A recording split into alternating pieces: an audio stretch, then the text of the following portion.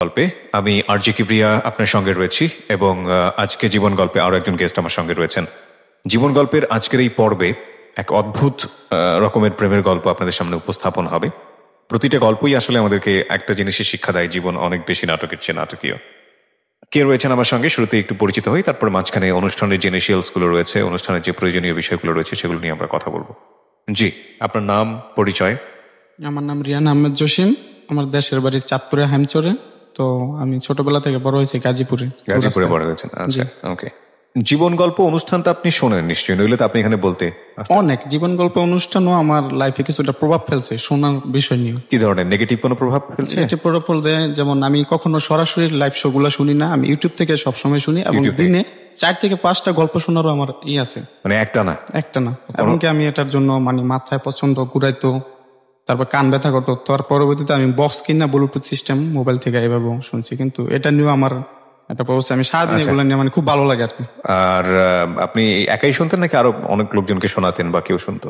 একাই শুনতাম, কিন্তু একটা গল্প বকা টকা দিয়েছে কখনো এইসব গল্প শোনার জন্য? ফ্যামিলি বকা দিব? আমি তো দোকানে এমন একটা পজিশনে, আমাকে বকা দেওয়ার কারো একমাত্র মালিক ছাড়া কোনো নেই। তারপর সবাই আর কি আমাকে নিয়ে একটু দুষ্টামি ফাজলামি করতো, যেগুলো শুনে কি লাভ। সারাদিন শুনতেন? সারাদিন। ওকে, ইউটিউবের কথা যেহেতু আসলো, প্রিয় শ্রোতা, আমাদের ঢাকা এফএম এর ইউটিউব চ্যানেল আছে জীবন গল্প এবং সিক্রেটস অনুষ্ঠানে। আপনারা ওখান থেকে আমাদের পুরো অনুষ্ঠানগুলো ডাউনলোড করতে পারবেন। যাবতীয় অনুষ্ঠান মানে এখন পর্যন্ত যতগুলো এপিসোড হয়েছে সেগুলো ডাউনলোড করতে পারবেন, শুনতে পারবেন ওখান থেকে। আমাদের ইউটিউবের চ্যানেলটা জানা আছে আপনার? www.youtube.com/dfm904। হ্যাঁ, www.youtube.com/dfm904। ওখানে গিয়ে অবশ্যই আপনারা সাবস্ক্রাইব বাটনে ক্লিক করবেন এবং নোটিফিকেশনটা অন করে দেবেন। তাহলে নতুন পর্ব ওখানে আপলোড করার সঙ্গে সঙ্গে আপনার মোবাইলে নোটিফিকেশন চলে যাবে এবং আপনি সবার আগেই শুনতে পারবেন ওখান থেকে, যদি আপনার নোটিফিকেশন অন করা থাকে। তো কি যেন নামটা বলছিলেন? জসিম। আচ্ছা, তো জসিম, যেহেতু আপনি জীবন গল্প শোনেন, আপনি নিশ্চয়ই জানেন কিভাবে এখানে জীবন গল্প বলতে হয়। বলুন শুরু। তার আগে আমি একটু প্লাস করে নিই। জি, যে জীবন গল্প আসলে 3টা গল্প আমার জীবনে এখনো আমার মনে আছে, যে আমি তো শুনি। আচ্ছা, একটা গাজীপুরের যে তুই যে ক্যান্সার এফেক্ট লাভ স্টোরি, জি, ইমন তীব্রতা, গল্পটা আমি শুনে অনেক মানে চোখের জল পড়ছে অনেক। তারপরে এই গল্পটা শুনে আমি মনে করেন অনেক লোকের এটার প্রতি আরো আগ্রহ বাড়াইছি। আচ্ছা। আর হাসছি আপনার এই নতুন স্টেশনে রিক্তা নামের একটা মেয়ের গল্প ছিল, ওই যে উনি বোর্ডে শালিরে ব্ল্যাকমেল করে আর কি করছে। আচ্ছা, তখন আপনি ওনার বকাঝকা করতেছিলেন যে আমি ওর পাইলে হাড়গোড় ভাঙা দিতাম, ঠ্যাং ভাঙা দিতাম। ও আচ্ছা আচ্ছা, ফাইন। কিছুদিন আগে তখন আমি রাত্রে মানে কাজ করতেছি। ভেরি ভেরি স্যাড স্টোরি এবং এটা খুব দুঃখজনক। আমি খুব মানে আমার এই যে লাইফে লাস্ট এই ট্রেজেডিটা ঘটার পর আমি কখনো হাসিনি, মানে ওই গল্পটা শুনে খুব হাসছিলাম। কিন্তু গল্পটা খুব প্যাথেটিক, খুবই, এবং আমি সত্যি সত্যি পেলে হাড়গোড় ভেঙে দিতাম, এরকম একটা অনুভূতি হয়েছিল। এরকম বলছিলেন। আচ্ছা। তো তারপরে আরেকটা গল্প যেটাকে আমাকে নাড়া দিছে এবং রাত 2টা বাজে আমি সাহায্য করতে বাধ্য হয়েছি, সেটা হলো রুবানা হক প্রিয়ঙ্কার আম্মু। আচ্ছা, মনে আছে? উনি তখন রাত 2টা বাজেই আমি বিকাশে আমার সাধ্য মতো 500 টাকা ওনাকে আমি সাথে সাথে। কোথায় ছিল এই গল্পটা? অন্য রেডিও স্টেশনের? আগের রেডিও স্টেশন। মেয়েটা কি ছিল? মেয়েটা কি কোনো গল্পটা কি ছিল? মেয়েটা ছিল ওই লোকা, ওই যে ওনার বড় ভদ্রলোক ফ্যামিলির মেয়ে আর কি। হ্যাঁ। তো ওনার যে জোর করে এলাকার একজন বড় বিয়ে করছিল, তো ওনার যে বাচ্চা একবার করে অনেকবার 7-8বার বাচ্চা নষ্ট হয়েছে। লাস্টের বাচ্চাটুকু মেশিনে বাড়ি করতে গিয়া ভাঙ্গা গেছে। তারপরে বাইরে থেকে চিকিৎসা করে আনছে। একটা মেয়ে আসছিল প্রিয়ঙ্কার নাম। ও আচ্ছা, প্রতিবন্ধী মেয়েটা। হ্যাঁ, ভিডিও আপলোড করছিলেন। ওই ভিডিও দেখার পর সো আমার কাছে টাকা ছিল, কিন্তু এমন একজনের টাকাটা আমার ছোট ভাইয়ের পরীক্ষার ফিস। তো মানে আমার মনটা এত হয়েছিল, তখন আমি ওখান থেকে 500 টাকা দিয়ে দিছি আর কি। একটা কথা বলি প্রিয় শ্রোতা, আসলে এগুলো না আমি কখনো বলতে চাইনি আমার এই অনুষ্ঠানে, মানে কখনোই বলি না, ভালো লাগে না বলতে আসলে, কারণ নিজের ঢোল নিজে পেটানো হয় এবং এতে আসলে কষ্টই হয় এক ধরনের। এই যে জীবন গল্প কিংবা আগের রেডিও স্টেশনে যে অনুষ্ঠানটা আমি করতাম, এগুলোর তো আসলে কন্টেন্ট সেম, মানুষ লাইফের স্টোরি বলেন, with the name of almighty Allah. আমি এখন পর্যন্ত এই অনুষ্ঠানের মাধ্যমে কত মানুষকে যে সাহায্য করতে পেরেছি আপনাদের সহযোগিতায়, এবং এই সাহায্যে অনেক সময় তারা যেই প্রবলেমটা নিয়ে আসেন সেই প্রবলেম সলভ হয়েও আরো বেশি হয়ে যায়। আবার কোন কোন সময় আসলে সাহায্য কিছুই না তাদের প্রবলেমের জায়গাটিতে, কিন্তু কত মানুষ যে সাহায্য পেয়েছেন এই অনুষ্ঠানের কল্যাণে, এটা নিঃসন্দেহে সৃষ্টিকর্তার কাছে কৃতজ্ঞতা আমরা জানাই। এবং আপনি চিন্তা করতে পারবেন না, এই যে ভদ্রলোক যিনি বললেন জসিম, যে ওটা অন্যের টাকা আমি বিকাশ করে পাঠিয়েছিলাম, এরকম কত মানে হৃদয়বান মানুষ তাদেরকে সাহায্য করেন। কিছুদিন আগে গল্প এসেছিল, যদি আপনার শোনা থাকে, সিলেটের এক ভদ্র ফ্যামিলি রেপ হয়েছে। আমি এটা অ্যানাউন্স করার পর না, তার বিয়ে শাদী হয়েছে কিনা আমি এখনো আপডেটেড না, আমি খোঁজ খবর রাখছি। আপডেট হওয়ার পর যেই সাহায্য এসছে তা দিয়ে মোটামুটি তারা সচ্ছল হয়ে যেতে পারবে। হ্যাঁ, তো এটা আসলে কত বড় দোয়া না, মানে প্রত্যেকেই কিন্তু প্রত্যেকের জায়গা থেকে একটা পার্টিসিপেট করলো এবং এটা কিন্তু জীবনে অনেক বড় হয়ে রিটার্ন আসে। তো যাই হোক, আজকের অনুষ্ঠানটা একটু অন্যভাবে শুরু হলো। ভালো লাগলো আপনার কথা শুনে। আপনারা পাশে আছেন বলেই অনুষ্ঠানটি এত সুন্দর, এই অনুষ্ঠানটি এতদিন পর্যন্ত চলেছে এবং এটা আরো সামনের দিকে যাবে ইনশাল্লাহ। আর এই অনুষ্ঠানে যদি আপনারা অংশগ্রহণ করতে চান, প্লিজ আমাদেরকে ফোন করবেন। আমাদের ফোন নাম্বারটি হচ্ছে 09611904 আমি আবারও বলছি 09611904 হ্যাঁ। তো জসিম, শুরু করুন একেবারে ছোটবেলা থেকে, যেখান থেকে মনে পড়ে। আমরা ফ্যামিলিতে বাবা মা আছে, আমরা 2 ভাই 2 বোন। তো ছোটবেলা আমার যতটুকু মনে আছে, আমি 1 থেকে 3 পর্যন্ত ব্র্যাক স্কুলে লেখাপড়া করছি, গ্রাম অঞ্চলে যে ব্র্যাক। বাবা কি করতেন? আমার বাবা কৃষি কাজ করতে, আর আমাদের রিভার কান্ট্রি এলাকা, তো ওখানে আপনার মাছ ধরা হয়। আচ্ছা, তো মাছও ধরতেন? 6 মাস মাছ ধরতেন, 6 মাস উপরে কৃষি কাজ করতেন। আচ্ছা, ওকে, ঠিক আছে। ও লেখাপড়া একটু ভালোই ছিলাম। 3 থেকে ওখান থেকে 4-এ ওঠার পর 4-এ 5-এ প্রাইমারি স্কুলে কাটাইছি। তো আমার কি আবার একটা কি, আমি পড়া একবার দেখলেই মানে মুখস্থ হয়ে যায়। তো এদিক থেকে আমাদের প্রধান শিক্ষকের সাপোর্ট পাইতাম আর কি, আমারে খুব অন্য চোখে দেখতেন। পরে যখন বার্ষিক পরীক্ষা দিলাম, তো আমরা যখন 3-4 জন একসাথে স্কুলে যাই, তো পরীক্ষার সময় দেখলাম যে ওরা আমার যা দেখা লাগছে আর কি করছে, কিন্তু তখন আমি পরীক্ষা দিয়ে ঢাকা যাই বেড়াইতে যাওয়ার পর আয়সা শুনি ওরা সবাই পাস করছে, আমি ফেল গেছি। তো আমি খুব কান্নাকাটি যে না, এটা কিভাবে সম্ভব যে আপনার দেখে লিখে পাস করে ফেললো আর আপনি ফেল করে ফেললেন। পরের বাদে আমি খুব কান্নাকাটি, আমি লেখাপড়া করবো না এই সেই। তো মা বলতেছে আগে স্কুলে যাও, স্কুলে যা দেখো যে কি হয়েছে। পরে স্কুলে যা দেখি যে না, আমি ফেল করি নাই, আমি পাসই করছি। এটা একটা গুজব ছিল। আচ্ছা, 6-এ যখন ভর্তি হই, 6-এ ভর্তি হইলে আমার তো আর লেখাপড়ার মন বসে না, মানে বাড়ির পাশে স্কুল, ভালো লাগে না। এই তো এলাকায় ঘোরাঘুরি করি এরকম নিয়া। তো আমাদের আবার একটা ইসলামিক স্যার ছিল, তো উনি নামাজ না পড়লে সবাই মারতো আর কি। তো আমি ওই দিন নামাজ না পড়া মিথ্যা কথা বলছি যে হ্যাঁ স্যার আমি পড়ছি। তো পিছন থেকে আমার ফুয়াতো ভাই ছিল রাজা, ও বলতেছে যে না স্যার ও পড়েন। তো স্যার আমারে মারলো, মারার পর আমি বললাম যে আমি আর স্কুলে যাবো না। তারপরে মা বলতেছে তো স্কুলে যখন যাবি না, তাহলে আমাদের কাজ করেই খাওয়া, তোর বসায় তো আর আমি খাওয়াবো না, তোর বাপে গালাগালি করে এই করে। তখন আমার ফুয়াতো ভাই থাকে ধানমন্ডি জিগাতলা, ওনার সাথে যোগাযোগ কইরা তো এখানে পাঠাইলো। বয়স কত ওই সময়টাতে আপনার? ওই সময় আমার 11 কি বা 12 হবে। আচ্ছা, তো ঢাকা শহরে আসলেন কাজের জন্য? হ্যাঁ, লেখাপড়া ছেড়ে দিলেন? লেখাপড়া ছেড়ে দিছি। কাজ কি ছিল আপনার? কোথায় আসলেন? বাড়ি থেকে আসার পর যেখানে চাকরি নিছি, ওনার এত ভালো লোক যে আমারে, ওনার কোনো ছোট ভাইটাই কিছু নাই, ওনার আব্বা আম্মা আর ওনার 2 ভাই, এক ভাই বিয়ে করছে আর আমি যা চাকরি উনি বিয়ে করেন না। তো ওনাদের সাথে ফ্যামিলি, জয়েন্ট ফ্যামিলির মতো একবার থাকতেছি। ওনারা আমার কখনো বাড়িতে মেহমান আসলে যদি জিজ্ঞাসা করছে যে উনি ওকে, বা এসে বলছে যে আমার ছোট ছেলে, কোনো সময় বলে না যে ও আমাদের দোকানে কাজ করে বা ওরকম কি, একবারে। কিন্তু ওনার আদর ভালোবাসা পায়, আমি আর বাড়িতে যাই না। বছর পর 1 বছরে একবার বাড়িতে যাই আর কি, এইভাবে। ওখানে ঢাকাতে? এটা গাজীপুরে। ওকে, গাজীপুর। তো আমাদের দোকানে একটা কাস্টমার ছিল যে উনি রং মিস্ত্রি, ওনার সাথে আমার খুব ভালো পরিচয়। উনি আমার বাইকনা বইলা ডাকতো, তারপরে ওনার মামা বইলা ডাকতাম। তো একদিন এখানে প্রায় 5 বছর চলে গেছে দোকানদারি করতেছি এরকম। জি। তো একদিন ভাইয়ের সাথে 1 কথা 2 কথা এরকম নিয়ে, মানে যে আমি বলতেছি আমি আর চাকরি করবো না, যে আমি চলে যাবো। পরে বাবির বাড়িতে যা বাবিরে বলছি, ভাইয়া বাবিরে ধরছে যে ও চলে যাইতে চায়, ও গেলে আমি কিভাবে দোকান চালামো বা এরকম। আর আমি চলে যাওয়াটা বড় বিষয় না, যে আমি যে হয়তো কাজ করে চলে গেলাম, করলাম না, টাকা দিল না, কিন্তু ওরকম বিষয় না। কিন্তু আমি তাদের ফ্যামিলির সাথে এরকম ভাবে জড়ায় আছি যে আমার যাওয়াটা ওনারা মাইনে নিতে পারতেছে না। ওখানে আমি কিছুদিন মানে চাকরিটা ছাইড়া দেওয়ার পর আমার দুলাভাই তো কিছুদিন এইভাবে বেকার ঘুরি, কিন্তু দুলাভাই পরবর্তীতে 50,000 টাকা দিয়ে আমার একটা চাকরি নিয়ে দেয়, যে মাল্টিপারপাস কোম্পানি, যেটা আর কি ফিল্ডে টাকা ছাড়ে বা গ্রাহক থেকে টাকা উঠায় ওরকম। তো আমার দুলাভাই 50,000 টাকা দিয়ে আমার ওই চাকরিটা নিয়ে দেয়। চাকরিটা নিয়ে দেওয়ার পর তো এখন ওই আগের মালিকে বলতেছে যে ওই চাকরির ডিউটি একবারে সীমিত। তো আগের মালিক বলতেছে যে তুমি এইটার পাশাপাশি তুমি আমার একটু সময় দাও, তো আমার ব্যবসাটা চলবো, এরকমই করবো। তখন আমি বলতেছি যে আচ্ছা ঠিক আছে, অসুবিধা নেই, আমি দিব।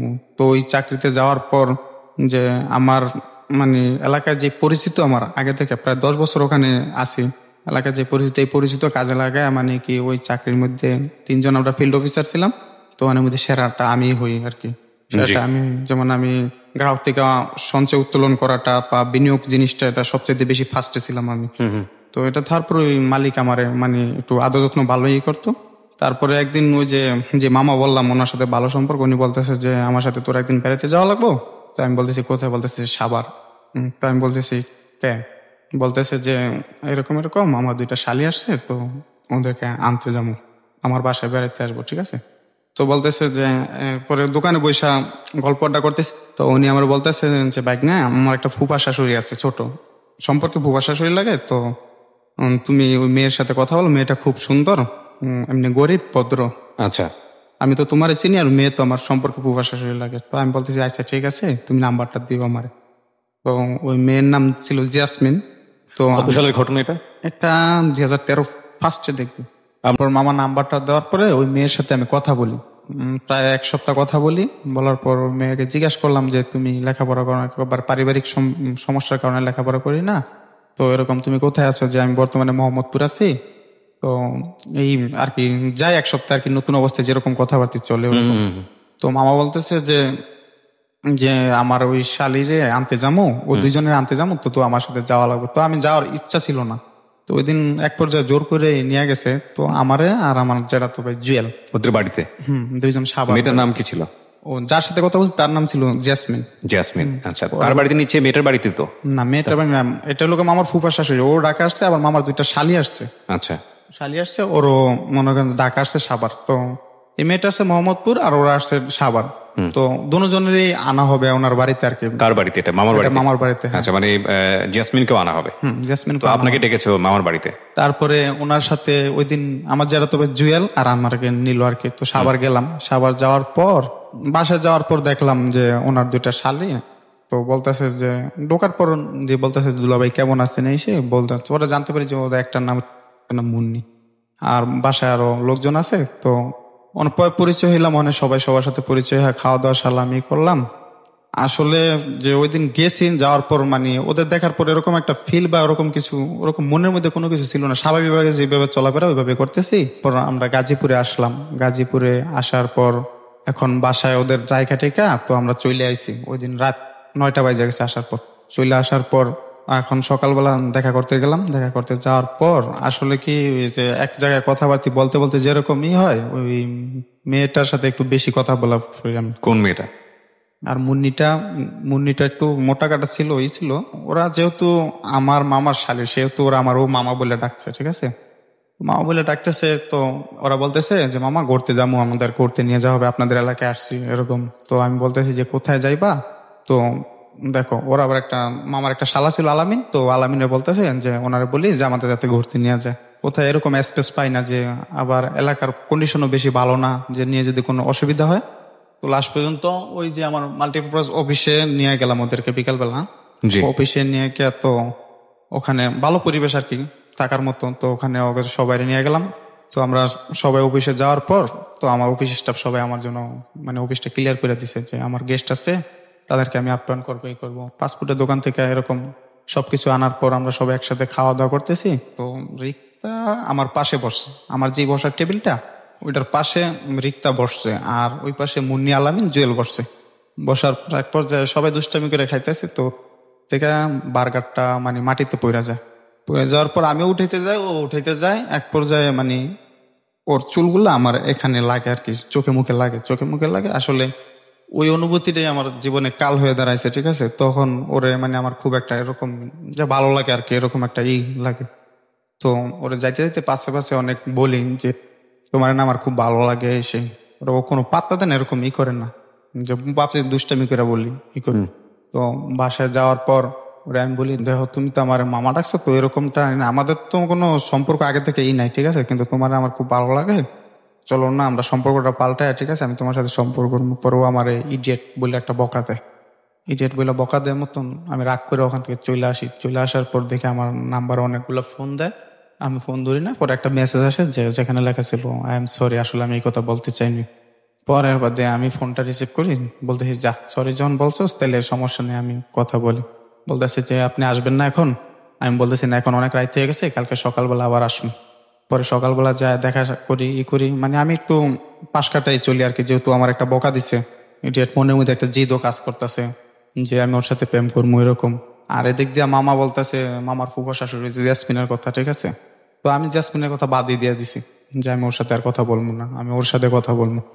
তো ওরা 2 দিন থাকলো, থাকার পর এখন যাবার পালা। এখন মামা ব্যবসা বাণিজ্য নিয়ে বিজি, তো উনি যাইতে পারবো না। তো আমার বলতেছে যে জসিম নিয়ে দিয়ে বহনে। তো আমি রাজি হয়েছিলাম না, কিন্তু পরবর্তীতে বাধ্য হই আর কি যাওয়া লাগে। তো ওই দিন তাড়াতাড়ি অফিসের কাজগুলো সাইরা ওদের নিয়ে বাইর হই, মামার শালা আলামিন আর আমি যাই আর কি।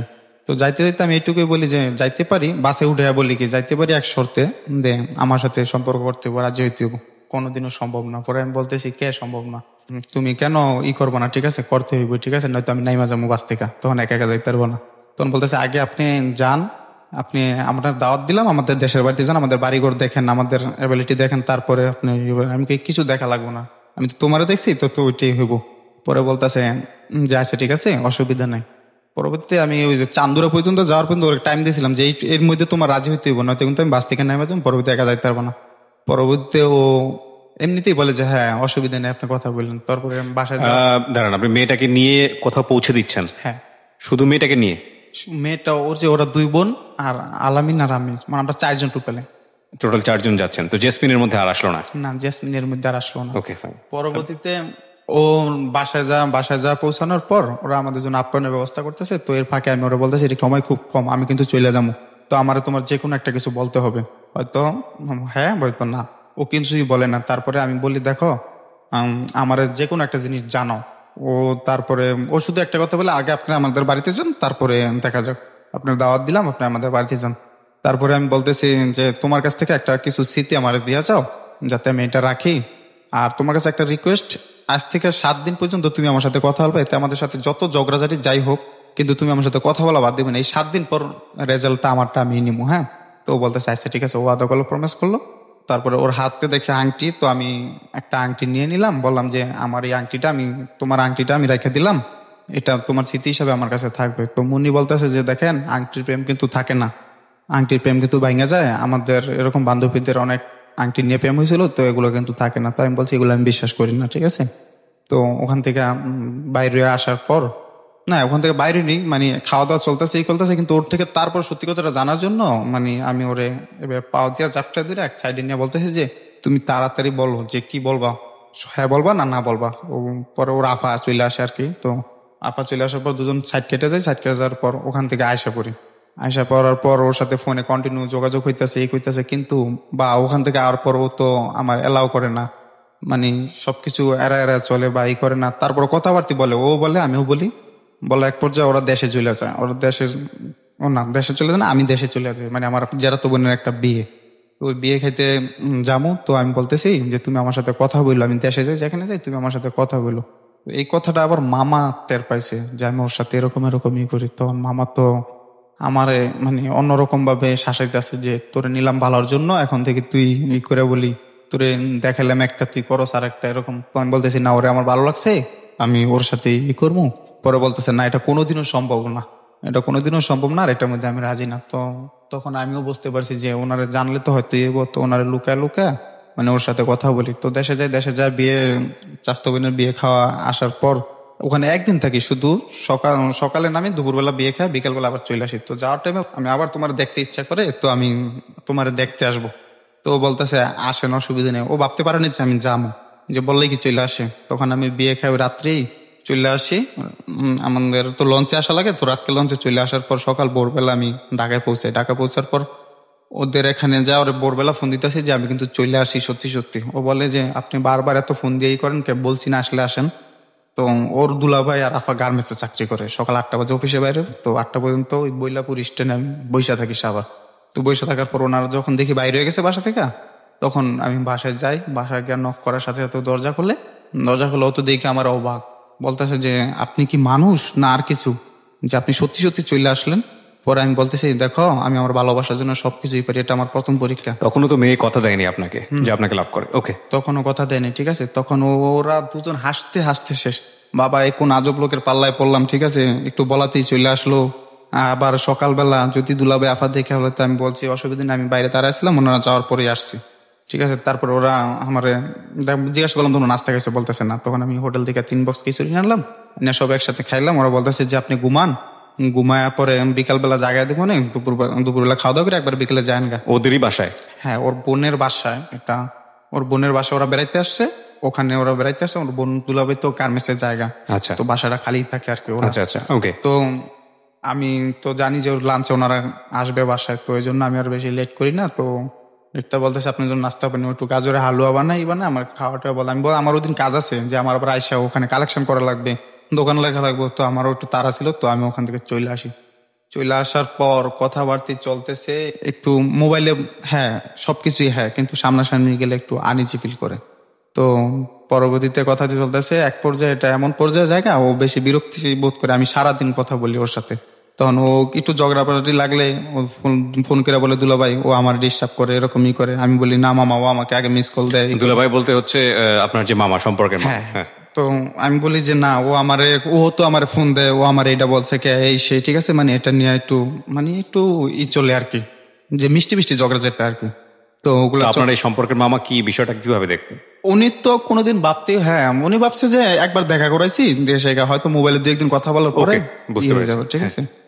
তারপরে ওর সাথে কথাবার্তা চলে, ও বিচার দেয় আমিও বিচার দিই, এরকমই চলে।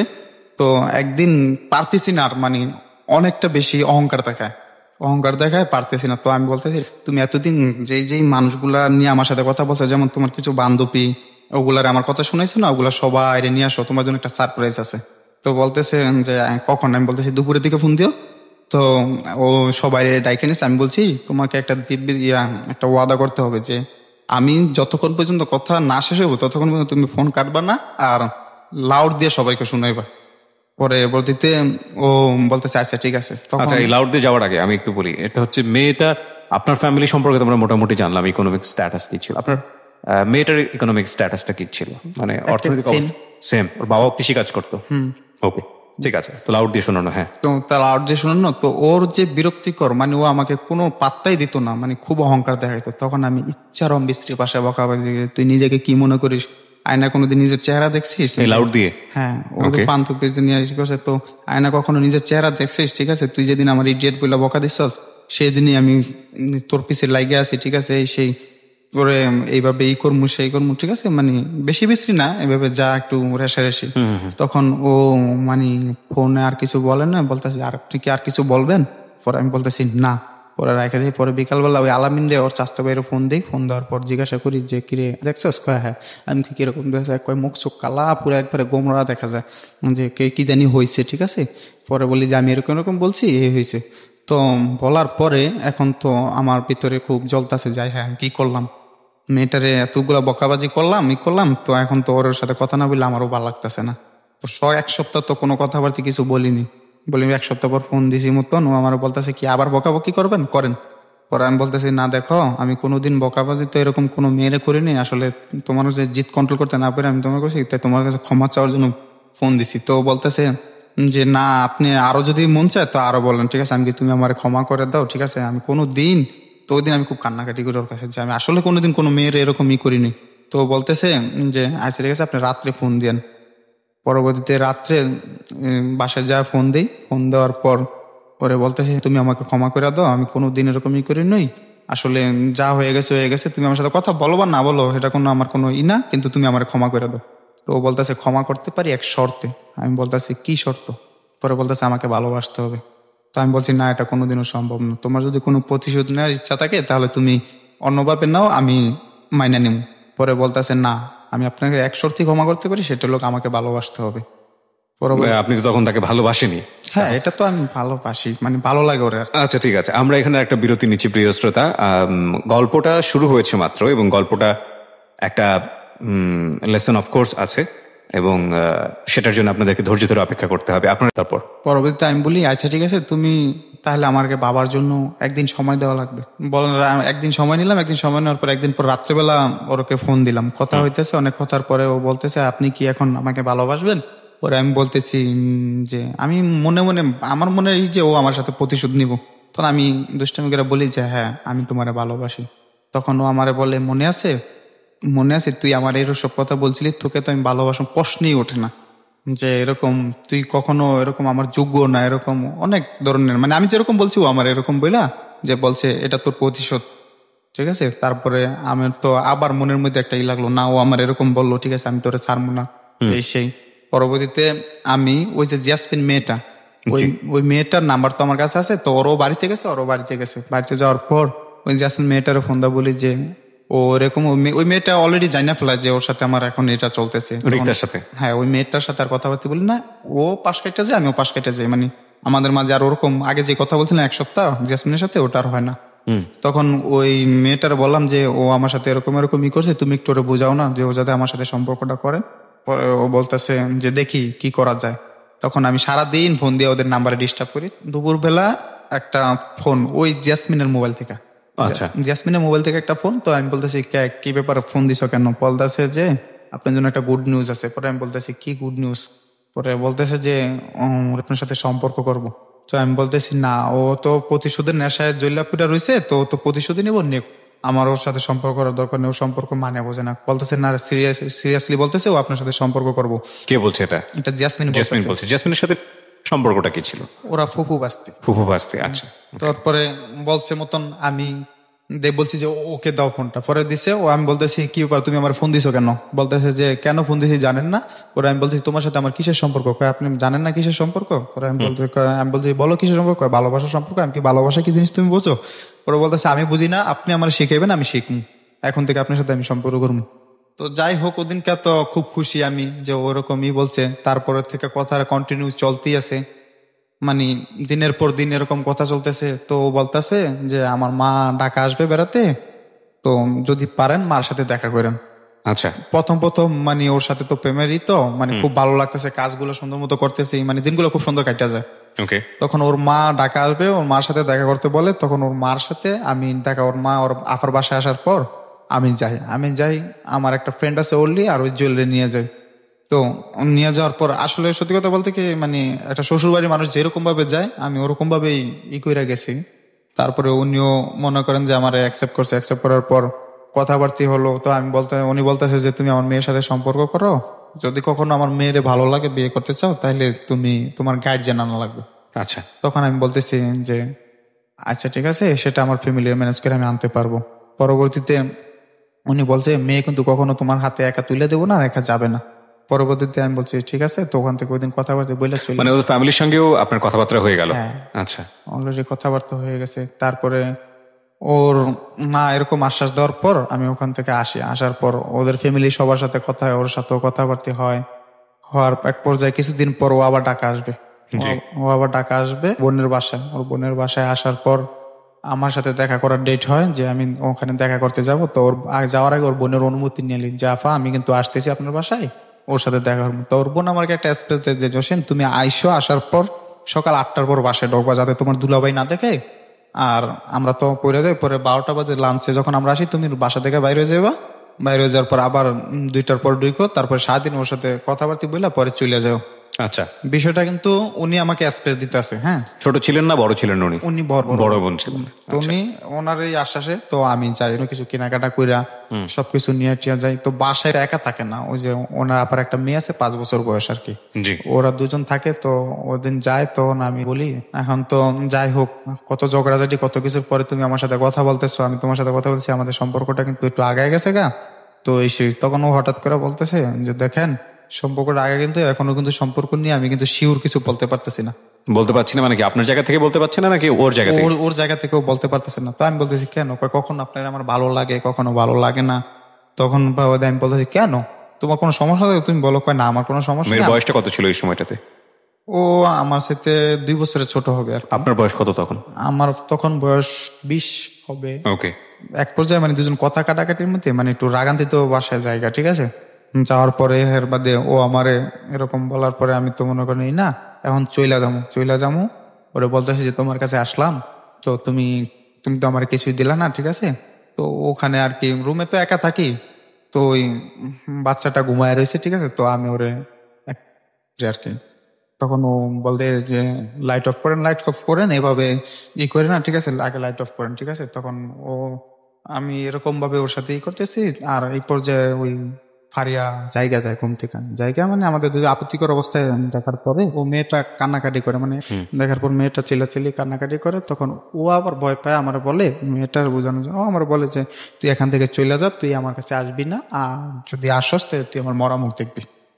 তখন আমি ওখান থেকে আসার পর মানে ওখান থেকে চলে আসি, ও মানে খুব রাগ হয়ে যায়, তখন চলে আসার পর আমি ওরে ফোন দিয়ে আসতে আসতে, কিন্তু ও ফোনটা রিসিভ করে না, করে তারপর বলে তুই আমাকে আর ফোন দিবি না, এই সেই এরকম। তো আমি একদিন ফোন দিই না, একদিন ফোন না দেওয়ার পর ও আমার ফোন দেয় পরবর্তী আমি বলতেছি কি ব্যাপার, তুমি না ফোন দিতে না করছো, আবার তুমি ফোন দিলা। তো বলতেছি দেখতেছি যে বৌমর কি ফুলের মধু খেয়ে চলে যায় না থাকে, তখন মানে এটা বলে রিক্তা আপনাকে? এটা বলতেছে। তো আমি বলতেছি যে আমি তোমাকে ভালোবাসি, আমি কখনো চলে যাবো না, ঠিক আছে, এখন তুমি যদি চাও তাহলে কন্টিনিউ তোমার সাথে আমি কথা বলতে পারি। ও বলতেছে ওকে। তো আমি বলতেছি তাহলে আবার আসি তোমার সাথে দেখা করতে। ও বলতেছে যে অসুবিধা নেই, আসো। তখন 3 দিনের মাথায় আমি ওর সাথে আবার দেখা করার ডেট করি, ওর বোনের সাথে আবার যোগাযোগ করি যে আমি কিন্তু আবার আসতেছি। বলতেছে যে অসুবিধা নেই, তুমি আসো, কিন্তু সাবধান, আবার চলে যাও, তোমার দুলাভাই যাতে না দেখে। ওকে। তখন আমি যাওয়ার পর সকালবেলা ওর আমি একসাথে নাস্তা করি, খাওয়া দাওয়ার পর 12টা পর্যন্ত থাকার পর ওর সাথে মানে এর ফাঁকে আমার মানে একবার ফিজিক্যালি রিলেশন হয়। এই বয়সে? হ্যাঁ, ওকে। ফিজিক্যালি রিলেশন হয়েছে এবং সেটাও চায় না, কিন্তু তারপরও আমার ইচ্ছাতেই মানে হয়। তারপরে আমি মানে আপনি জোর জবরদস্তি করেন না করতে, বলা চলে? জোর জবরদস্তি ওরকমটা না, যেহেতু একবার একটু হয়ে গেছে, ঠিক আছে, এখন আর ওরকমই না।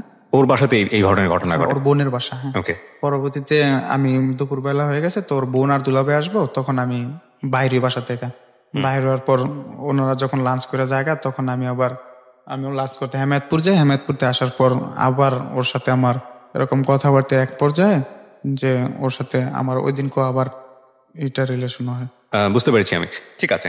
হ্যাঁ, পরে কি ঘটলো সেদিকে যান। তারপরে ওখান থেকে ওই দিন চলে আসার পর এখন তো আর ভালো লাগতেছে না, যেহেতু সম্পর্কের মাঝে এরকম কিছু ঢুকে গেছে, এখন আর ভালো লাগতেছে না। তো আবার ওর সাথে কথা হতে বলছে, আবার 5 দিনের মাথায় ওর সাথে দেখা করার করি। তারপরে যাওয়ার পরে ওই দিনও আমাদের মাঝে এরকম এটা হয় আর কি। মানে এই বিষয়গুলো তখন রেগুলারই চলতেছিল? রেগুলারই চলতেছে। তখন ও বলতেছে যে আজকে আমার একটু ঘুরাইতে নিয়ে দিতে হবে। তো ওই দিন আবার ও দুলাভাই লাঞ্চে বাসায় আসে, আফা আসছে। তো আফা আসার পর কথাবার্তা সরাসরি ওনার সাথে বলছি।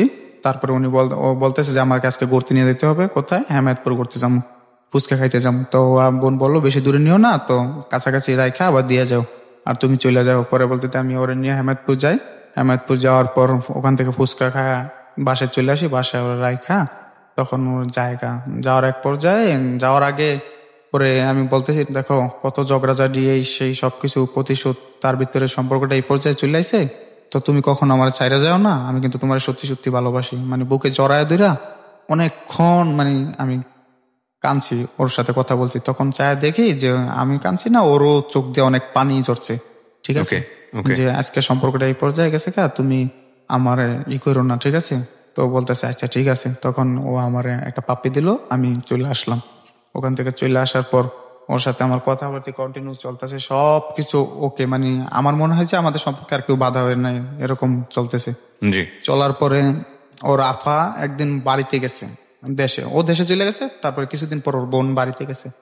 তো প্রতিদিন আমরা এত কথা বলি যেটা লিমিটের বাইরে। আচ্ছা, মানে এত কথা বলি। তো একদিন ও সকালেতে ফোনটা ধরতেছে না, হয়তো বাড়িতে কোনো আয়োজন ছিল এরকমই। তো বিকালবেলা ফোন ধরছে। তো আমি বলতে কি কর, তুমি ফোন ধরলাম না, ফোন ধরো না, কথা বললে কিভাবে থাকতেছে, ঠিক আছে এই সেই। তখন ও বলতেছে আমি বলছি আমি কেটা, আমি ওর বড় বোন, আমি শিউলি আপু। তো বলতেছে যে আমি বলছি আপু ওর একটু মোবাইলটা দেন না, ও এখন কথা বলতে পারবে না। আমি কই না, সারাদিন কথা বলি না, আপনি একটু মোবাইলটা দেন। বলছি না কথা বলতে পারবে না। আর আমি বলছি আপু প্লিজ এমন করে একটু দেন না ওরে। পরবর্তীতে এক পর্যায়ে এক কথা দুই কথা বলতে গেলে ওনার সাথে আমার খুব একটু উত্তেজিত। মানে কথা বলতে পারবে না বলতে কি এটাকে হঠাৎ করে বললো নাকি কোনো ঝগড়া চলতেছিল আপনাদের? না, হঠাৎ করে বলতেছে। তো আমি বলতেছি কেন দিবেন না, ওর সাথে একটু কথা বললে রেখে দেবেন, 1 মিনিট। ফ্যামিলি তো জানতো আপনার বিষয়গুলো? ওর ফ্যামিলি জানতো। পরবর্তীতে উনি দিবেন না, এক কথা দুই কথা, যে উনি বলতেছে যে তুই আমার কাছে এত কৈফত চাসকে। তো আমি বলতেছি আমি কৈফত চাই মানে আমি ওকে চাই, ঠিক আছে। আমার জামাইও তো আমার কাছে কৈফত চাই না। তখন আমি বলতেছি আপনার জামাই তো আর ওরকম লোক না যে আপনার কাছে আপনার জামাইয়ের মতো তো আমি না, ঠিক আছে, আমি আমারটার কাছে কৈফত চাই, ঠিক আছে। তখন উনি আমারে মানে খুব খারাপ ধরনের ভাষা, গালিগালাজ করে, মানে মাথা পাগল হয়ে যায় যে ওরে আমার কথা বলতে দিতেই হবে। আর আমার একটু জিদ ছিল সব সময়। এক পর্যায়ে বড় ধরনের হয়ে যায়। তখন মামায় বলতেছে কি ব্যাপার, জসিমের এতদিন কথাবার্তি বলছেন, এখন কথাবার্তি বলতে দেন না, কি ঝগড়াঝাড়ি হতে হয় না, পাগলামি করতেছে, করতেছে, আমাদের বকাঝকা করতেছে এই সেই। পরে বলতে কাকে বলে এটা ওই যে মামা, ওনার যার মাধ্যমে আপনার সাথে যোগাযোগ হয়েছে, ওনার শ্বশুর বাড়ি, ওই যে ওনার বলতেছে মামার শালি লাগে। তো বলতেছে যে দেন না, এরকম এরকম। এটা কিন্তু মামা চাস্তশালী লাগে, আপন শালী না, চাস্তশালী লাগে। তো বলছে, তো বলতেছে না ওদের আর কথাবার্তা কিছু হবে না। তো মামা বলছে দেন।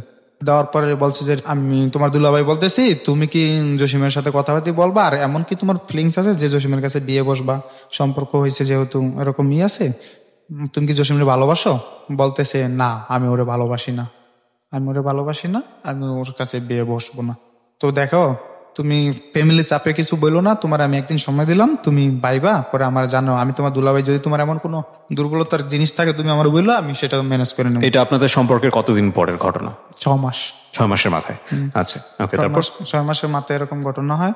তখন ওরে কথাবার্তা বলতে দেন না। ওরে আমি জিজ্ঞাসা করছি, একদিন ফোন করে একটু কথা বলতে দিছে সবার মুরব্বীকে সামনে, মানে ওর দাদা দাদি সবার সামনে করে যে হ্যাঁ একটু কথা বলো।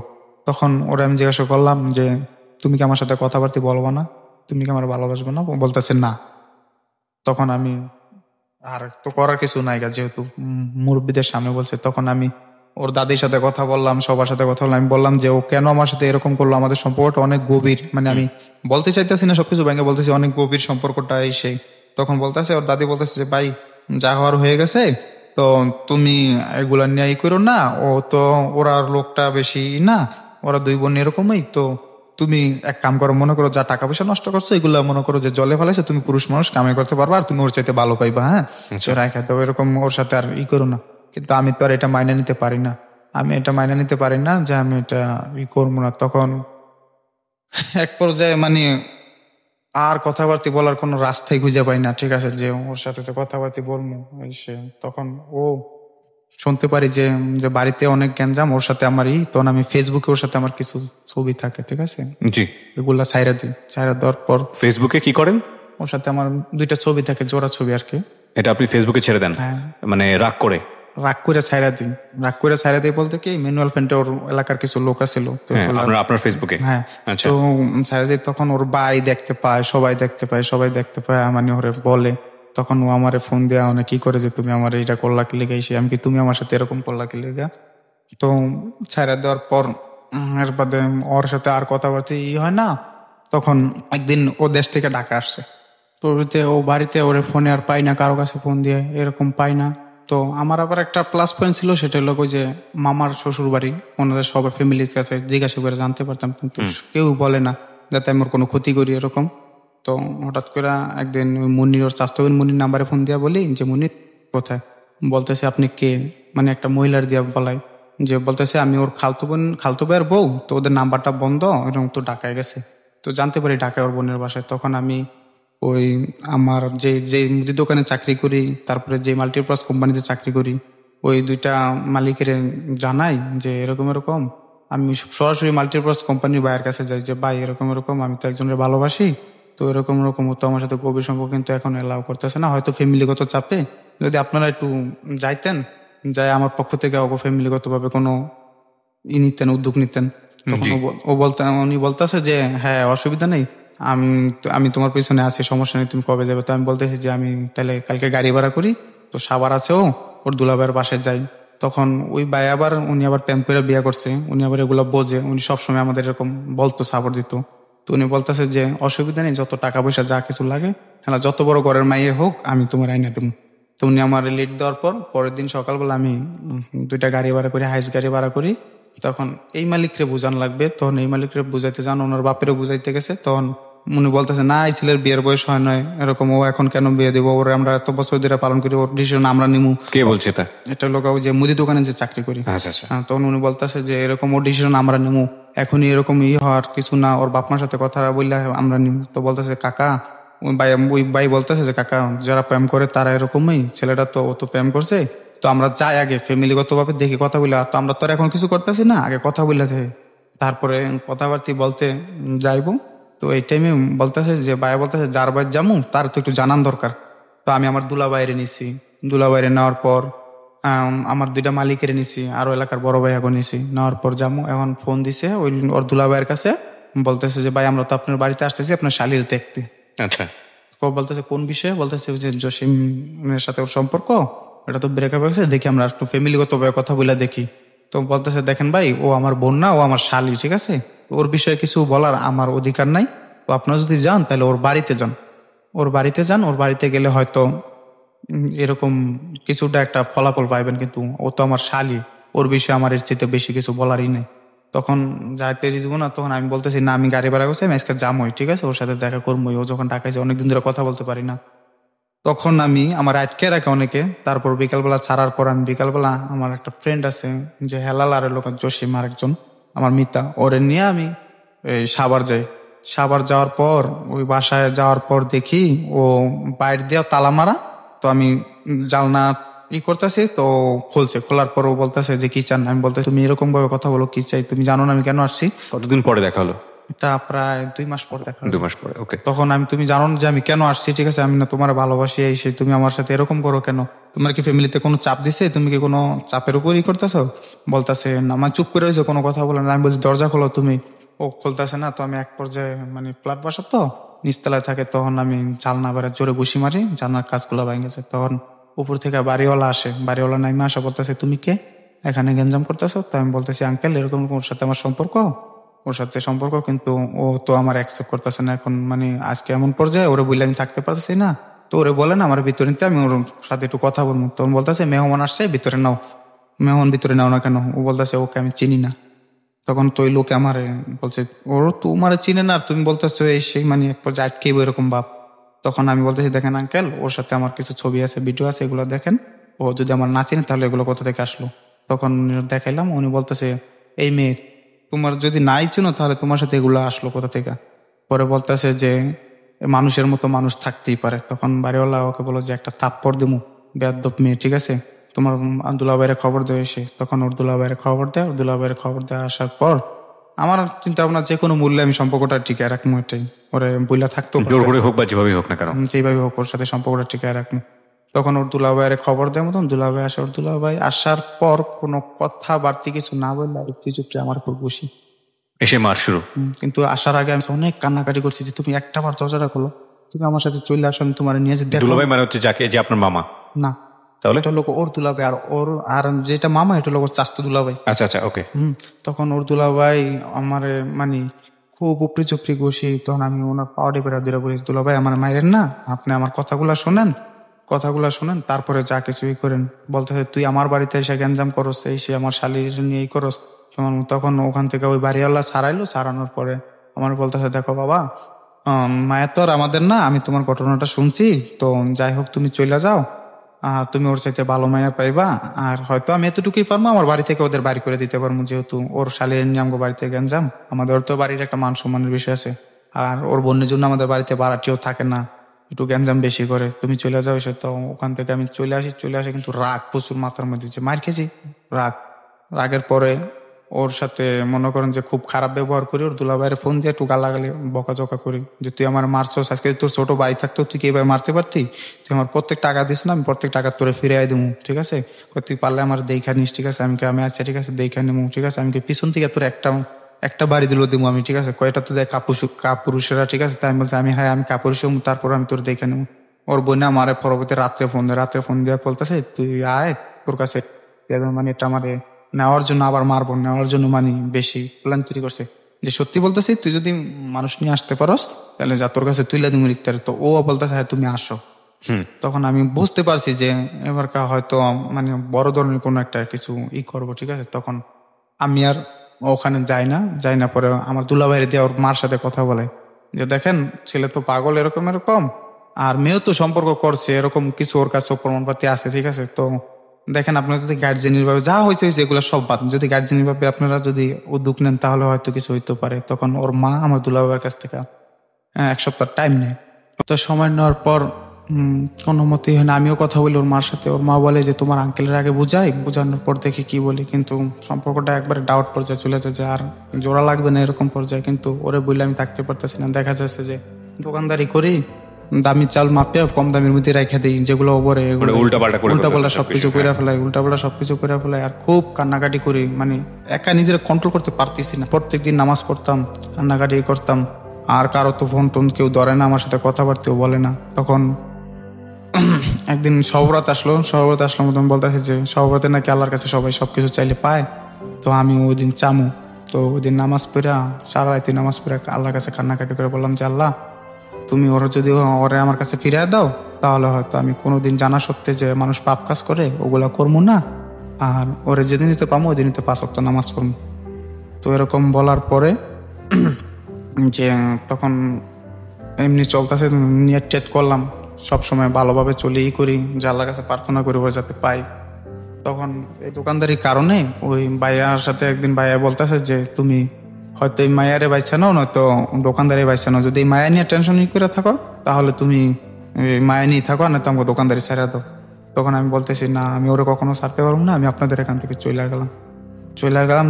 তার মনে তখন আপনি আলটিমেটলি আপনার কাজটা ছেড়ে দিলেন মেয়েটার জন্য? হ্যাঁ, মেয়েটার জন্য কাজটা ছেড়ে, যে আমি কখনো ওরে বুলা থাকতাম না, যদি আরো যুদ্ধ করা লাগে সেও আমি ওরে নিয়ে বাঁচব। তখন বাবির কাছে বললো যে ও কত বড় সাহস, ও মুখের উপর কথা বললা এইভাবে করলো, ঠিক আছে মেয়ের জন্য তো ছাড়তে যদি বলে তাহলে ছাড়িয়ে দেব, যাক পরবর্তীতে 2টা চাকরি করি, ওইটাও করি এটাও করি, তখন এটা ছাইরা দিই। এটা ছাইরা দেওয়ার পর ওই যে মাল্টিপারপাসের যে এইটা করি ওটা আবার পায়ে একটা বিমানবন্দরের কাজে হাত দিতে গিয়ে ওনার বড় ধরনের একটা 10 নামে ব্যবসায় 10 নামার পর ওই চাকরিটাও মানে আমার তো চাকরি জানা, উনি ব্যবসাটা ক্লোজ করে দেয়।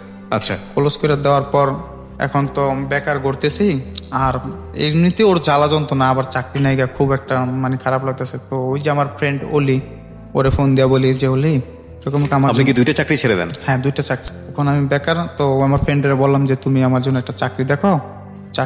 তো আমি একটা চাকরি দেখো। তো ও আমার বলো যে তুই তো বড় দোকানে চাকরি করস, তো আমি তোরে বড় দোকানে আগে চাকরি দেখি মিলাই দিতে পারি। তখন উত্তরা দক্ষিণখান বাজারে আর কি ও আমার একটা চাকরি দেয়, বড় মুদি দোকানে, ভদ্রলোক, রিটায়ার্ড একজন সেনাবাহিনী। আচ্ছা।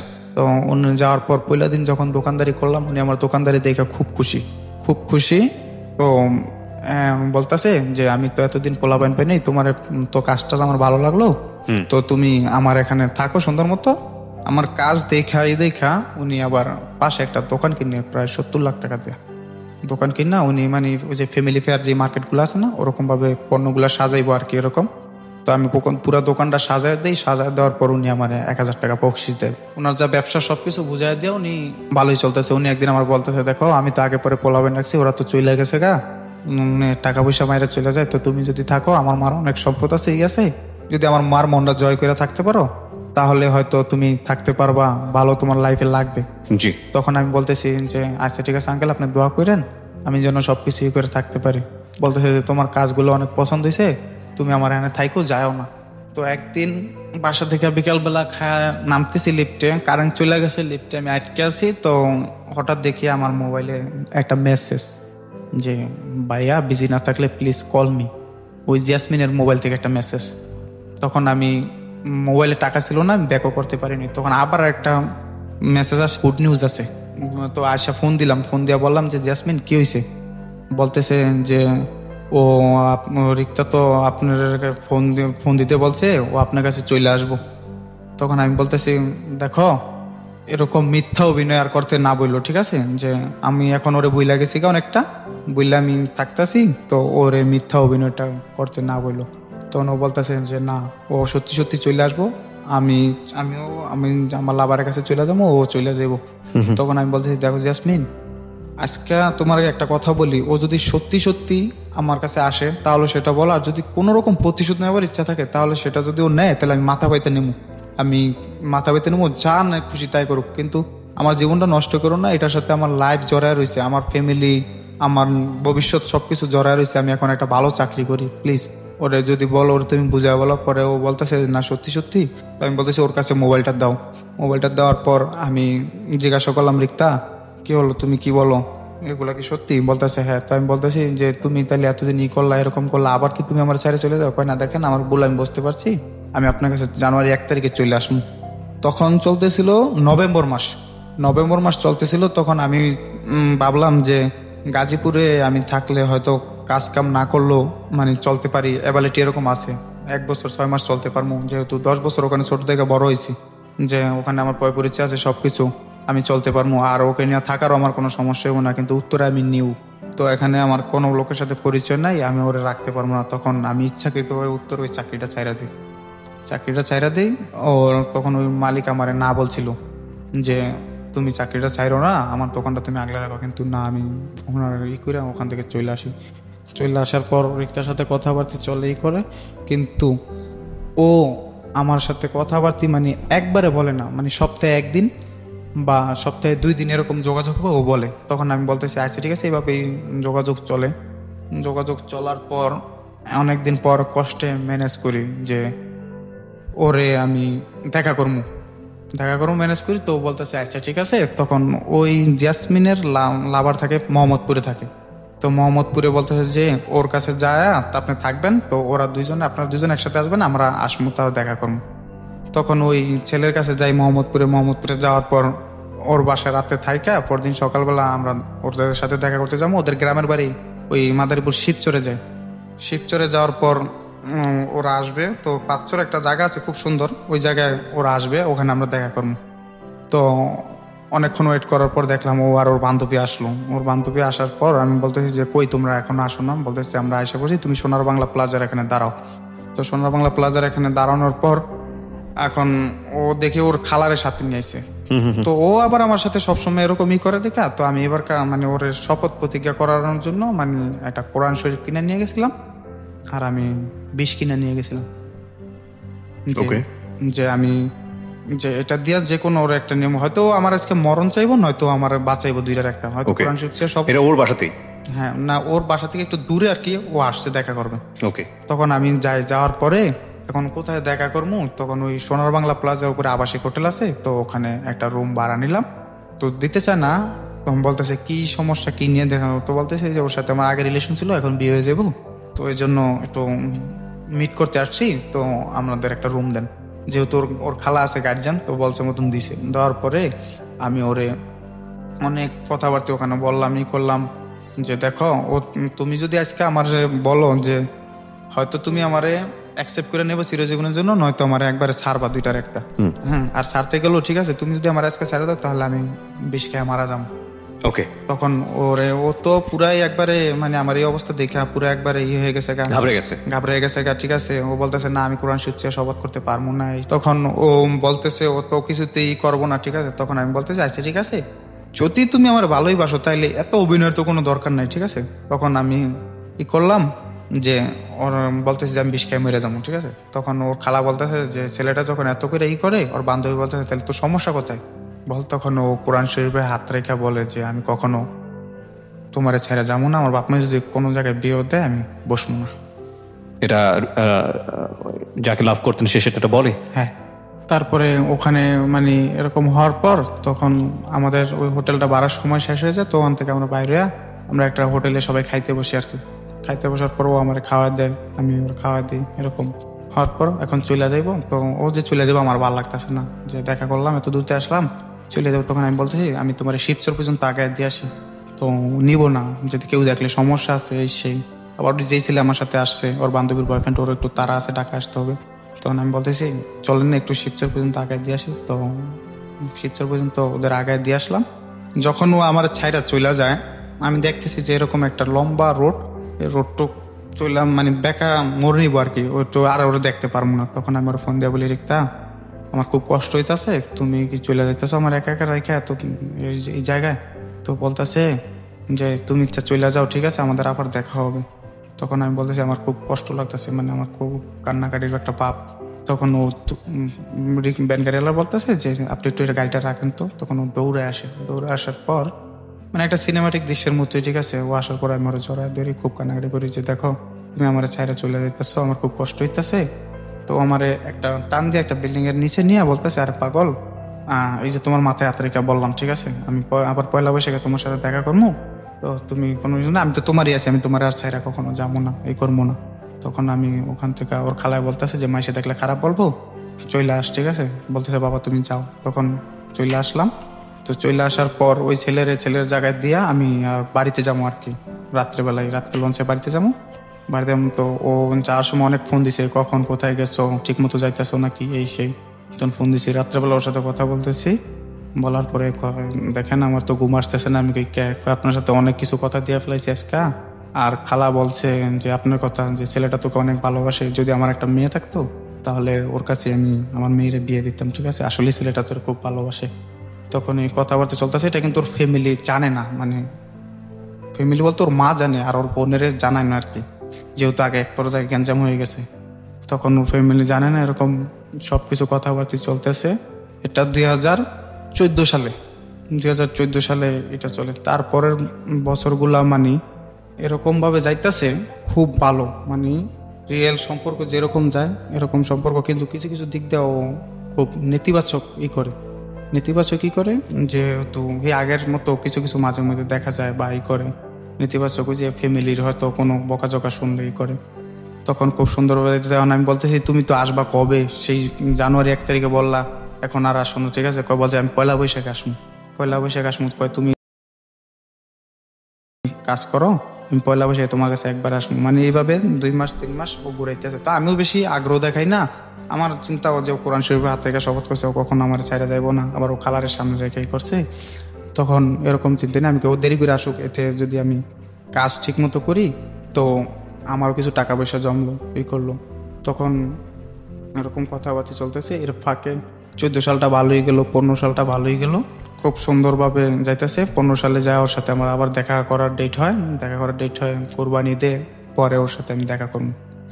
তো এর ফাঁকে আবার ওই যে বাড়িতে গেলাম যেদিন দেখা করে আসলাম না, দেখা করে আসার পর দিন আবার ওর সাথে আমি আবার দেখা করতে চাই। ও আমার দেখা করতে মানে চায় না। আমি বলতেছি দেখো তোমার সাথে দেখা করতে গেলাম, একান্তভাবে কিছুই হইলো না, তো আমি আবার আসি। ও বলতেছে না, ওই যে যেদিন দেখা করে আসলাম তারপরের দিন বাড়িতে গেলাম না, বাড়িতে একদিন থেকে চলে আসি যে আবার ওর সাথে দেখা করবো। যে সামহাও আপনার খারাপ লাগছিল, ওর জন্য বেশি খারাপ লাগছিল যে আবার দেখা করবো। তখন ও বলতেছে যে না, এটা কিভাবে সম্ভব, বাড়ি থেকে এত ঘন ঘন বাইরে হওয়া যাবো না। তখন আমি বলছি আসো না প্লিজ, একটা দিন তুমি দেখা করো। তখন ও রাজি হইতেছে না। আমার কথা হলো যেমনি হোক আমি ম্যানেজ করতে পারবো রে। তখন ওই রাত্রে একদিন থেকে আবার রাতে লঞ্চ উঠে চলে আসি, সকাল ভোরবেলা সতর্কাট নাইমার পর ওরা আমি ফোন দিই যে আমি আসি। ও না বলতেছে যে না, এটা কোনোতেই সম্ভব না। তো আমি বলতেছি তুমি আসো।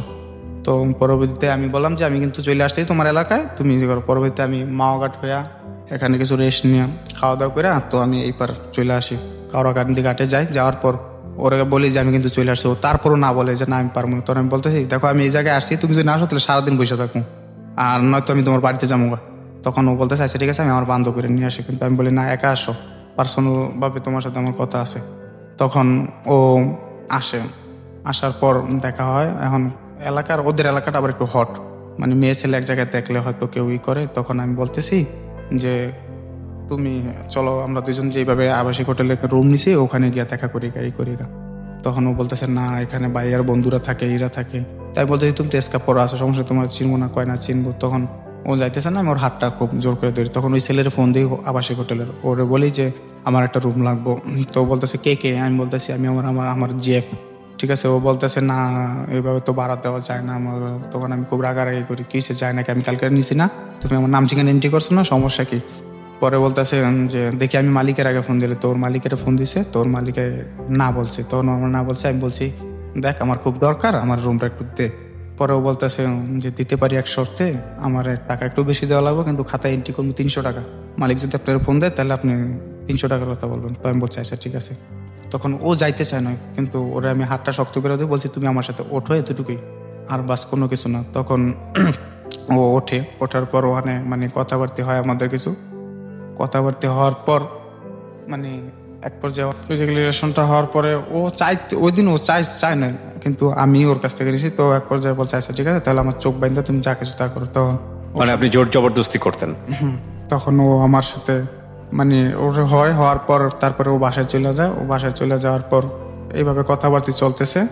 2014 সালটা ভালো হয়ে গেল। 15 সালে আইসা ওর সাথে আমার দেখা সাক্ষাৎ হবে। এখন সবাই জানে যে ওর সাথে আমার সম্পর্ক চলতেছে, আর ও বিয়ে বসলে আমার কাছে বসবো, আর আমিও বিয়ে করলে ওর কাছে বসবো। কিন্তু শুধু ওর ফ্যামিলিটা একটু কন্ট্রোল করে চলাটা আর কি।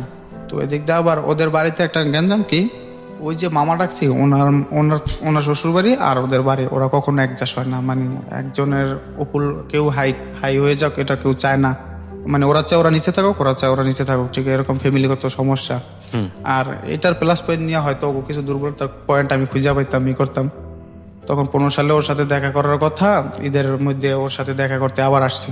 আসার পর এখন ও স্বাস্থ্য বোনের জামাই, রূপালীর জামাইরে নিয়ে আসছে। ওর একটা স্বাস্থ্য বোন আছে ছোট, ওটার বিয়ে হয়ে গেছে, ওটার জামাইরে নিয়ে আসছে। আর ওর একটা ভাগ্নি আছে তামান্না, ওই তামান্নারে নিয়ে আসছে। আর আমি আমার ফুফাতো ভাই রুবেল আর আমার ওই যে ফ্রেন্ডটা জুয়েল, ওরে নিয়ে গেছি।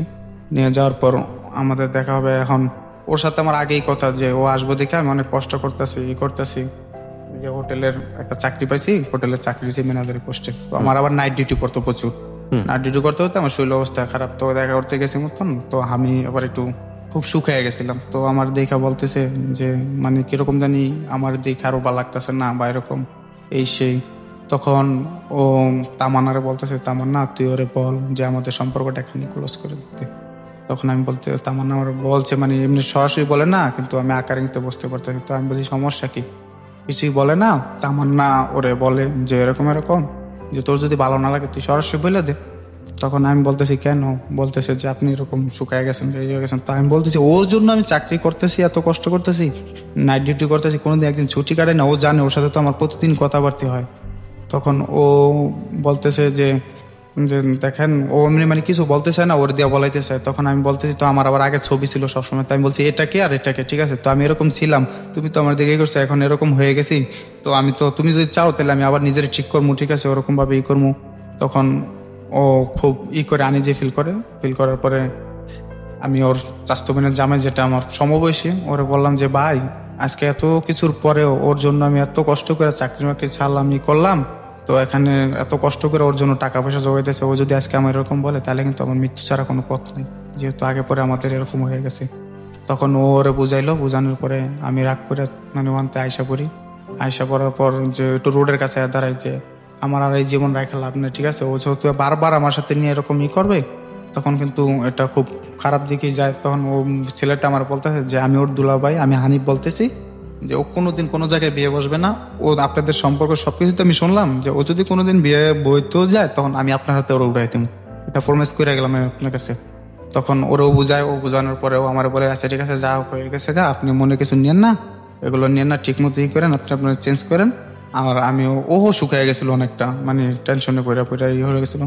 তখন ই করার পর তখন এখন আমাকে বাড়িতে আমি মানে এই বিষয়টা শেয়ার করলাম যে দেখেন আমি তো ওরে এরকম এরকম ভালোবাসি, তো এরকম এটা ফ্যামিলিগত সবাই জানে যে ওরা আমি বিয়ে করতে চাই। তখন বাড়িতে কেউ রাজি না, আমগো বাড়িতে কেউ রাজি হইতে চায় না। তো আমগো বাড়িতে কেউ রাজি হইতে চায় না, আমি মারে বললাম যে মা ছোটবেলা থেকে তো অনেক দূরেই ছিলাম, ঠিক আছে তো টাকা পয়সা যা কিছু ইনকাম করি তোমাকে ওই দেবো, কিন্তু বিনিময় ঠিক আছে ওরা আমি বিয়ে করবো, আর কিচ্ছুই চাই না তোমার কাছে, ঠিক আছে। তো বলতে তোর পাপে তো রাজি হইব না। তখন আমি বলতেছি যে আব্বারে রাজি করার দায়িত্ব আপনার, ঠিক আছে। তখন মায়ে আব্বারে রাজি করানোর দায়িত্ব নিল, এবং আব্বা এমনি সরাসরি রাজি হয় না, কিন্তু আমি থাকি আবার আমার আফার শ্বশুর বাড়ির গাজীপুর ওরা থাকে, একসাথে জয়েন্ট ফ্যামিলি এভাবে থাকি। তখন ওনার ফোন দেওয়া বলে যে ভাবি যদি কখনো আমার ছেলে এরকম ভুল করে কাউরে নিয়ে আসে বা বিয়ে শাদী করে ফেলায়, তখন আমরা না থাকি আপনারা বরণ করে নিয়ে মানে ওখানে বইলা দিছে আর কি। তখন মা ওর নাম্বারটা নিল, নাম্বারটা নিয়ে ফোন দিয়া ওরে বলো যে দেখো তুমি তো এরকম এরকম আসবা, আর আমরা যতটুকু জানি তোমরা দুজনে একা একা, হয়তো তুমি তোমার ফ্যামিলি তো দিব না, তুমি তো এইভাবে আসবা। তখন যদি কোনো সময় তোমার ফ্যামিলি কোনো রকম বেচাল করে বা ই করে মামলা মোকদ্দমা করে, তখন তুমি কাদের পক্ষে থাকবা? ও বলতেছে যে আমি আপনাদের পক্ষে থাকবো আন্টি, আমি আপনাদের কাছে চলে আসবো, ঠিক আছে।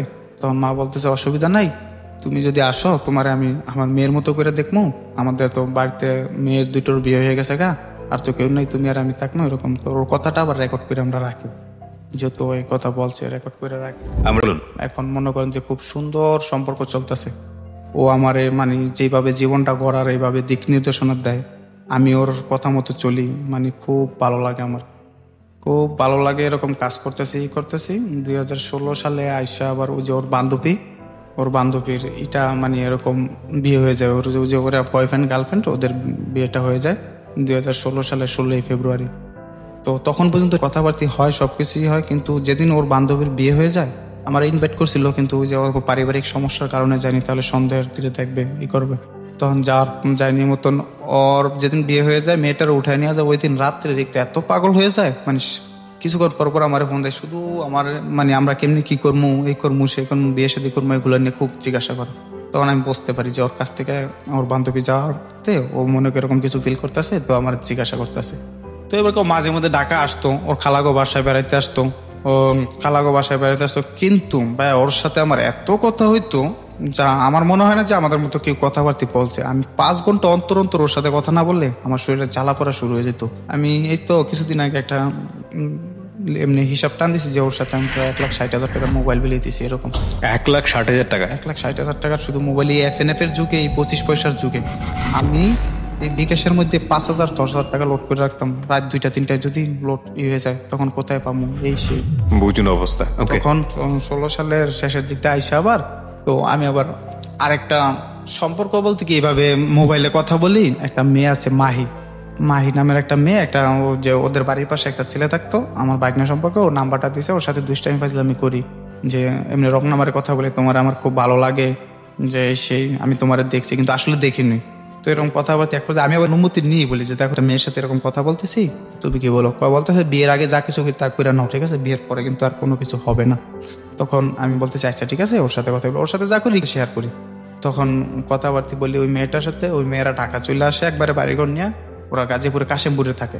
পরবর্তীতে ওই মেয়ের সাথে কথাবার্তা হয়।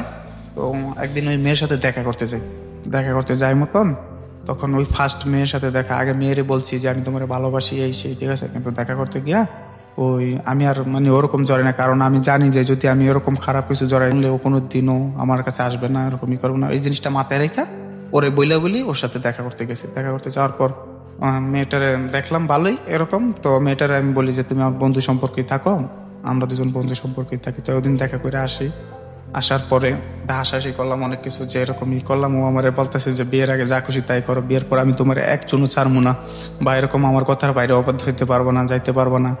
তখন আমরা আবার মেসে থাকতাম, তখন আমি মেসে থাকতাম, ওই হোটেলের ম্যানেজারই করি, রাত্রে ওখানে ঘুমাইতাম। তখন ও ওই যে আমার মেসের যে পোলাপানগুলো আছে ওগুলা মানে দেখি আমাদের মেসে একটা মেয়ে আসছে, ওরে সবাই টিটকারি করে আমি এটা বডি ফিগার ভালো, আসলে কেউ আর প্রেমের অফার দিতে পারে না, বা দেখলে সব করে।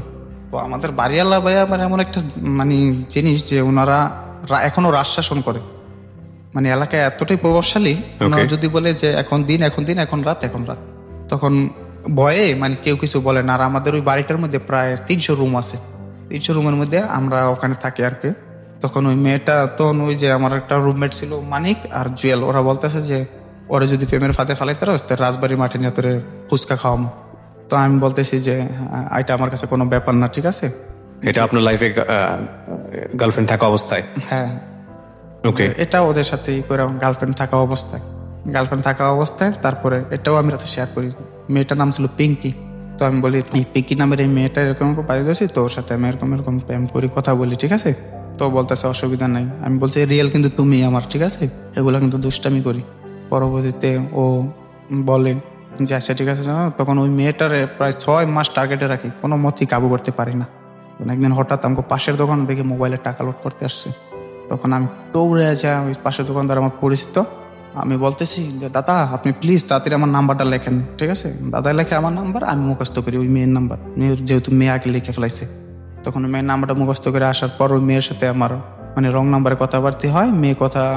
মেয়ে বলে আপনি আগে ফোন দিচ্ছেন, আমি বলি না তুমি আগে ফোন দিচ্ছ, এরকম এসে।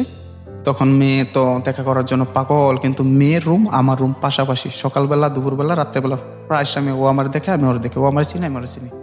তখন মেয়ে দেখা করার জন্য পাগল এই সেই। তখন আমি বললাম যে আচ্ছা ঠিক আছে তুমি দেখা করতে আসো। তো একদিন দেখা করতে আসেন, আমি ওর ডোজ দিই, দেখা করি না। তখন ও কান্দে, যে বলে আপনি আমারে এভাবে ডোজ দিলেন, তো এটা কিন্তু ঠিক না, ঠিক আছে, আপনি যদি কেউ এরকম ডোজ দিত তো আপনি করতেন। তখন আমি বলতেছি আচ্ছা ঠিক আছে তুমি কালকে এসো। তো ওই দিন রমজান মাস ছিল, আমরা খুব দোকানদারি করতেছি। তো মেয়েটা আমার দোকানের সামনে দেওয়া অফিসে যাইতো। তো আমি ইফতারি বেচতেছি, আমার দোকানে বড় করে ইফতারি বেচতেছি। তো মেয়েটা আসার টাইমে আমার ফোন দিছে, খুব বৃষ্টি, আপনি কোথায়? আমি তুমি বাসায় যাও, বাসায় গিয়ে ফ্রেশ হয়ে আসো, আমি এখানে আসি। তো আসার পর মেয়েটা একেবারে আমার দোকানের সামনে এসে আমার ফোন দিতেছে। তো আমি ফোনটা সাইলেন্ট করে রাখছি, তখন আমি আর ধরি না। তখন মেয়েটা রোডটা পার হইয়া একটা বিল্ডিং আছে, ওই বিল্ডিং এর এখানে দাঁড়ায় বলতেছে, আমি রিসিভ করছি, আমি বলতেছে যে আপনি কি আসবেন না? তখন আমার খুব মায়া লেগে গেল যে আর কালকে ঘুরেছি আজকে ঘুরামো। তখন আমি যাওয়ার পর ও আমার দেখা বলে আপনি আমার নাম্বার কোথায় পেলেন? পরে বলতেছি যে আমার তো একই প্রশ্ন, তুমি আমার নাম্বার কোথায় পেলে? আমার তো দেখা মানে আর 1 মিনিটও দাঁড়াইলো না, চলে গেছে বাসায় চলে যাওয়ার পর এখন তো আমার খুব খারাপ লাগে যে বাসায় যায় যদি কারো কাছে বিচার দেয়, বাড়িওয়ালার কাছে বিচার দেয়, তাহলে তো আমার অবস্থা খারাপ আজকে। তখন আমি খুব ভয়ে দোকানদারি শেষ হয়েছে, আমি বসে পেপার পড়তেছি, পায়ের উপর পা দেয়া। তো অনেকক্ষণ পেপার পড়ার পর আমি এইভাবে পেপারটা নামাইছি, চায় দেখতেছি ওই মেয়ে আমার সামনে টেবিলে বসা ও নাস্তা খাইতেছে। তখন ওর আব্বা, ওর ছোট ভাই, ওর তখন ও আমার দেখে হাসতেছে। তখন আমি বলতেছি কি ব্যাপার তুমি আসলা? বলতেছে নাস্তা খাইতে আসছে, ইশারায় বুঝাইতেছে। তোর আব্বা একটু ওদিক গেলে আমি বলতেছি তুমি বাসায় যা আমার ফোন দিও। বলতেছে আচ্ছা ঠিক আছে। তো বাসায় যাও, আমার ফোন দেয়। ফোন দেওয়ার পর এমনি কথাবার্তি বলি। তখন ওরা আমি বলি দেখো তোমার আমি ভালোবাসি, এরকম তোমার আমার ভালো লাগে, তুমি কি আমার সাথে সম্পর্ক করবা? তো বলতেছে হ্যাঁ আমি করবো। পরবর্তীতে ওর সাথে কথাবার্তি চলে। তখন ও আমার 2-1 দিন পর যাওয়ার পর আমি বলি তুমি কি আমার ভালোবাসো? কয় হ্যাঁ। পরে আমি বলতেছি যে আচ্ছা তোমার সাথে আমি সম্পর্ক করতে পারি, কিন্তু এর মাঝে একটা জিনিস আছে, যে আমি একটা জিনিস চাইবো সেটা দেওয়া লাগবে। বলতেছে কি জিনিস? পিঙ্কিকে বলেন এটা? পিঙ্কিকে বলতেছি যে দেওয়া লাগবে, ঠিক আছে। তখন ও বলতেছে আচ্ছা ঠিক আছে অসুবিধা নেই, আপনি যা চান তা দেখি চেষ্টা করি। নিশ্চয়ই ভালো কিছু ছিল না, এটা অনৈতিক কোনো ব্যবসা। ওকে। তোর বলতে আমি বলতেছি যে যে তুমি আমার একটা প্রেমের সাক্ষী দেওয়া লাগবো, আমি তোমার একটা কিস করবো। তখন ও বলতেছে আচ্ছা ঠিক আছে, এটা তো আমি দেবো না, আপনি সুযোগ মতো করে নেন যখন সময় পান। ঠিক আছে ঠিক আছে, আমরা এই পার্টি যেতে চাচ্ছি না। ফাইন। আপনি কি শুধু একটা কথাই বলেন, আপনি কি ওই মেয়েটার সঙ্গে এই বিষয়গুলো করেছেন? না, ফিজিক্যালি কোনো রিলেশন নেই, শুধু ও একদিন রাত্রে 3টা বাজে আমার ফোন দিছে, ও যে ওটা দিলে আমি ওর সাথে সম্পর্ক করবো। পাশাপাশি রুমে ছিলেন আপনারা? হ্যাঁ, আমি দোকানে তখন রাতে ঘুমাইতাম। ও আমার ফোন দিছে রাত্রে 3টা বাজে যে আপনি কোথায় আসেন, আমি এরকম এরকম গোসলখানায় আছি, তো আপনি আমার একটা কিস করে যান। ঠিক আছে। তখন আমি ও রাত্রেবেলা আসি, আসার পরে ওরা একটা কিস করে যাই। কিন্তু মেয়েটা আমার জন্য খুব পাগল ছিল। আমি মেয়েটার খুব মানে এইভাবে হয়তো ফাঁদে ফালায়া কোনো এমনি খারাপ কিছুই করিনি, কিন্তু পরবর্তী মেয়েটা অনেক কান্নাকাটি করছে, ওর সাথে সম্পর্কটা আমি ভাঙ্গা দিই আর কি। কখনো কখনো দেখতাম আমি 11টা বাজে দিনে ঘুমাইতাম, 11টা বাজে আমি ওর যন্ত্রণায় ফোন দেয় একদিক দেয়, ও ফোন দেয়, তখন আমি ফোন বন্ধ করে ঘুমাইতাম। আবার 2টা বাজে ঘুমাইতে উঠতাম, সেই একই জায়গায় আমার জানলার পাশে দাঁড়ায় রয়েছে মেয়েটা। হ্যাঁ, বলতেছে যে তুমি যে ফোন রেখে ঘুমাইছো না, আমি এখন পর্যন্ত তোমার আশায় দাঁড়ায় রয়েছি। আমি আমি কি করব? কি বলবো, ঠিক আছে সামনের দিকে আগাই আর কি। তখন ওই মেয়েটা মানে আমার খুব মানে লাভ করে। আমি জিনিসটা আসলে বুঝতে পারি যে মেয়েটা আসলে আমার পড়ে গেছে। তখন এদিকটা ওদের সাথে তো কথায় বাজি ধরে করছি, তখন আমার খুব খারাপ লাগে। এক পর্যায়ে ও আমার প্রায় 12টা নাম্বার দিয়ে কথা বলতো আমার সাথে। এইটা আবার কিছু কিছু লোকে রেকর্ড করে ফেলার পর আমাদের বাড়িওয়ালা ম্যানেজারের কাছে দিয়ে দেয়। ম্যানেজারের তরফে আমার বলে, ম্যানেজার আগে থেকে যেহেতু 10 বছর ধরে থাকি, একটা ভালো সম্পর্ক, তো বলতেছে কি ব্যাপার যে সেই মেয়েগুলা কি শুনি, হ্যাঁ এই সেই, তো কিছু করছো নি? আমি বলতেছি না ভাই কিছু করিনি, এরকমই। তো বলতেছে অসুবিধা নেই। তো এই 1 কান 2 কান সবাই জানাবার পর ওরা বাসাটা ছাইরা দেয়। পিঙ্কিরা?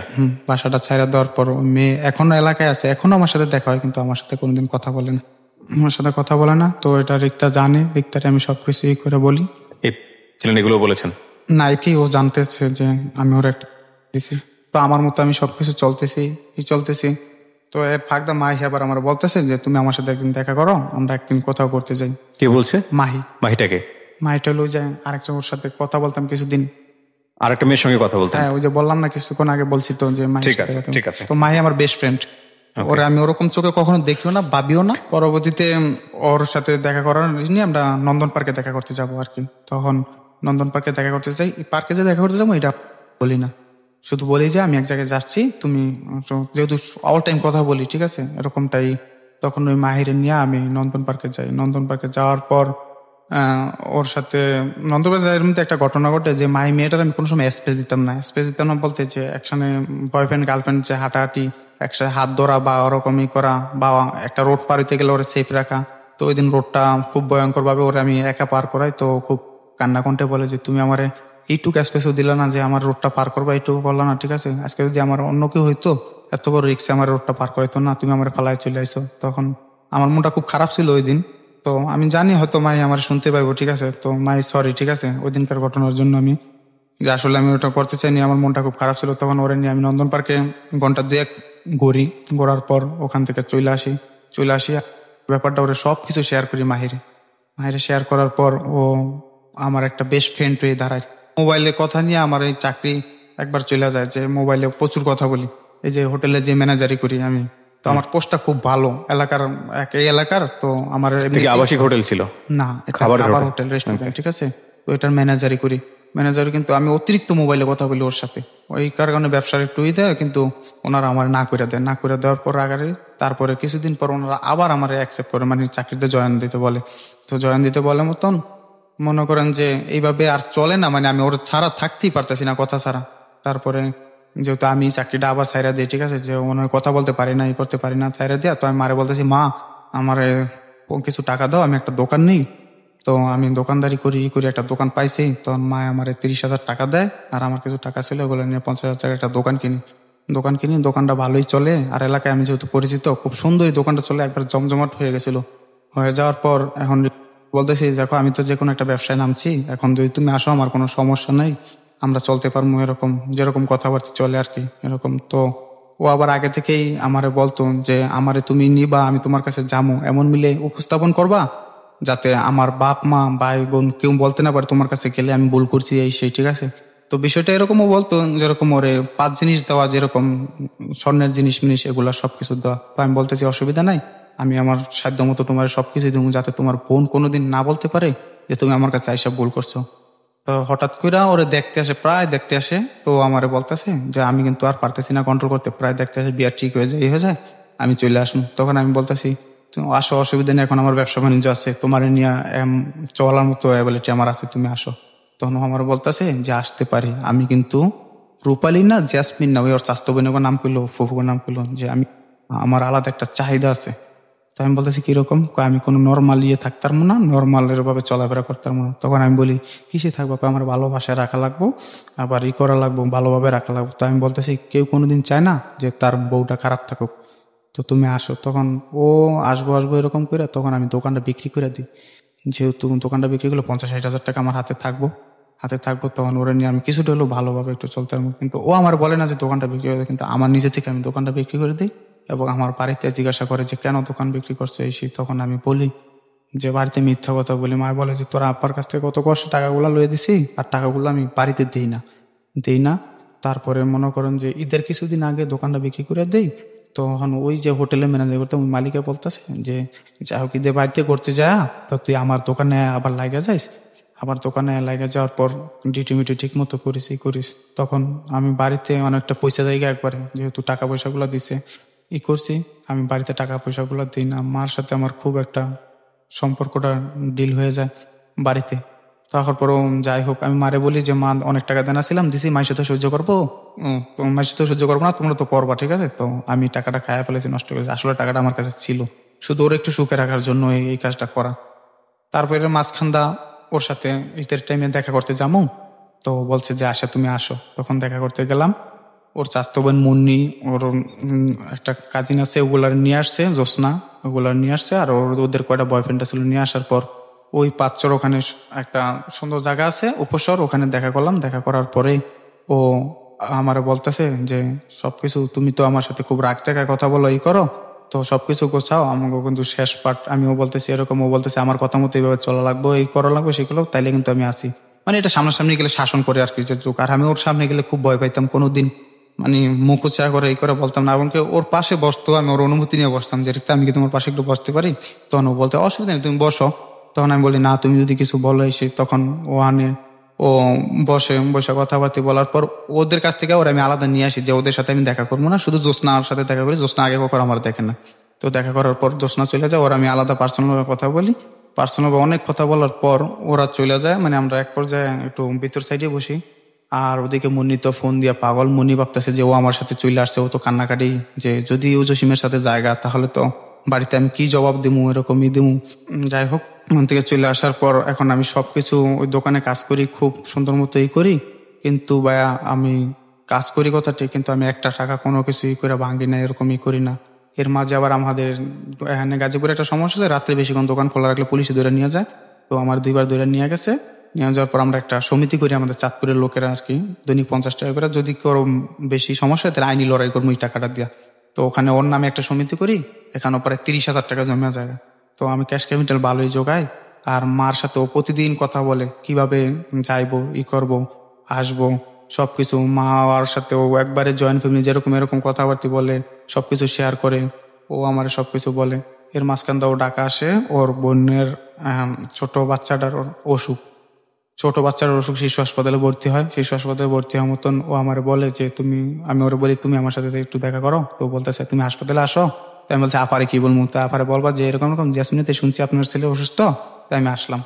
তো আসার পর আমি আস্তে আস্তে ও হাসপাতাল থেকে সিট কাটটা দেয়। ও বাসায় যাওয়ার পর ওরে বাসা থেকে আমি অনেক কৌশলে বাড়ি করার পর পরে এর বাদে ওরে নিয়ে আমি শিশু মেলায় ঘুরতে আসি আর কি। শিশু মেলায় ঘোরার পর বিকালবেলা ওরে ই করে দেয়। শিশু মেলায় ঘুরতে এসে একটা জিনিস দেখতে পাই, ওর মোবাইলে মেসেঞ্জারে আমি ঢুকি।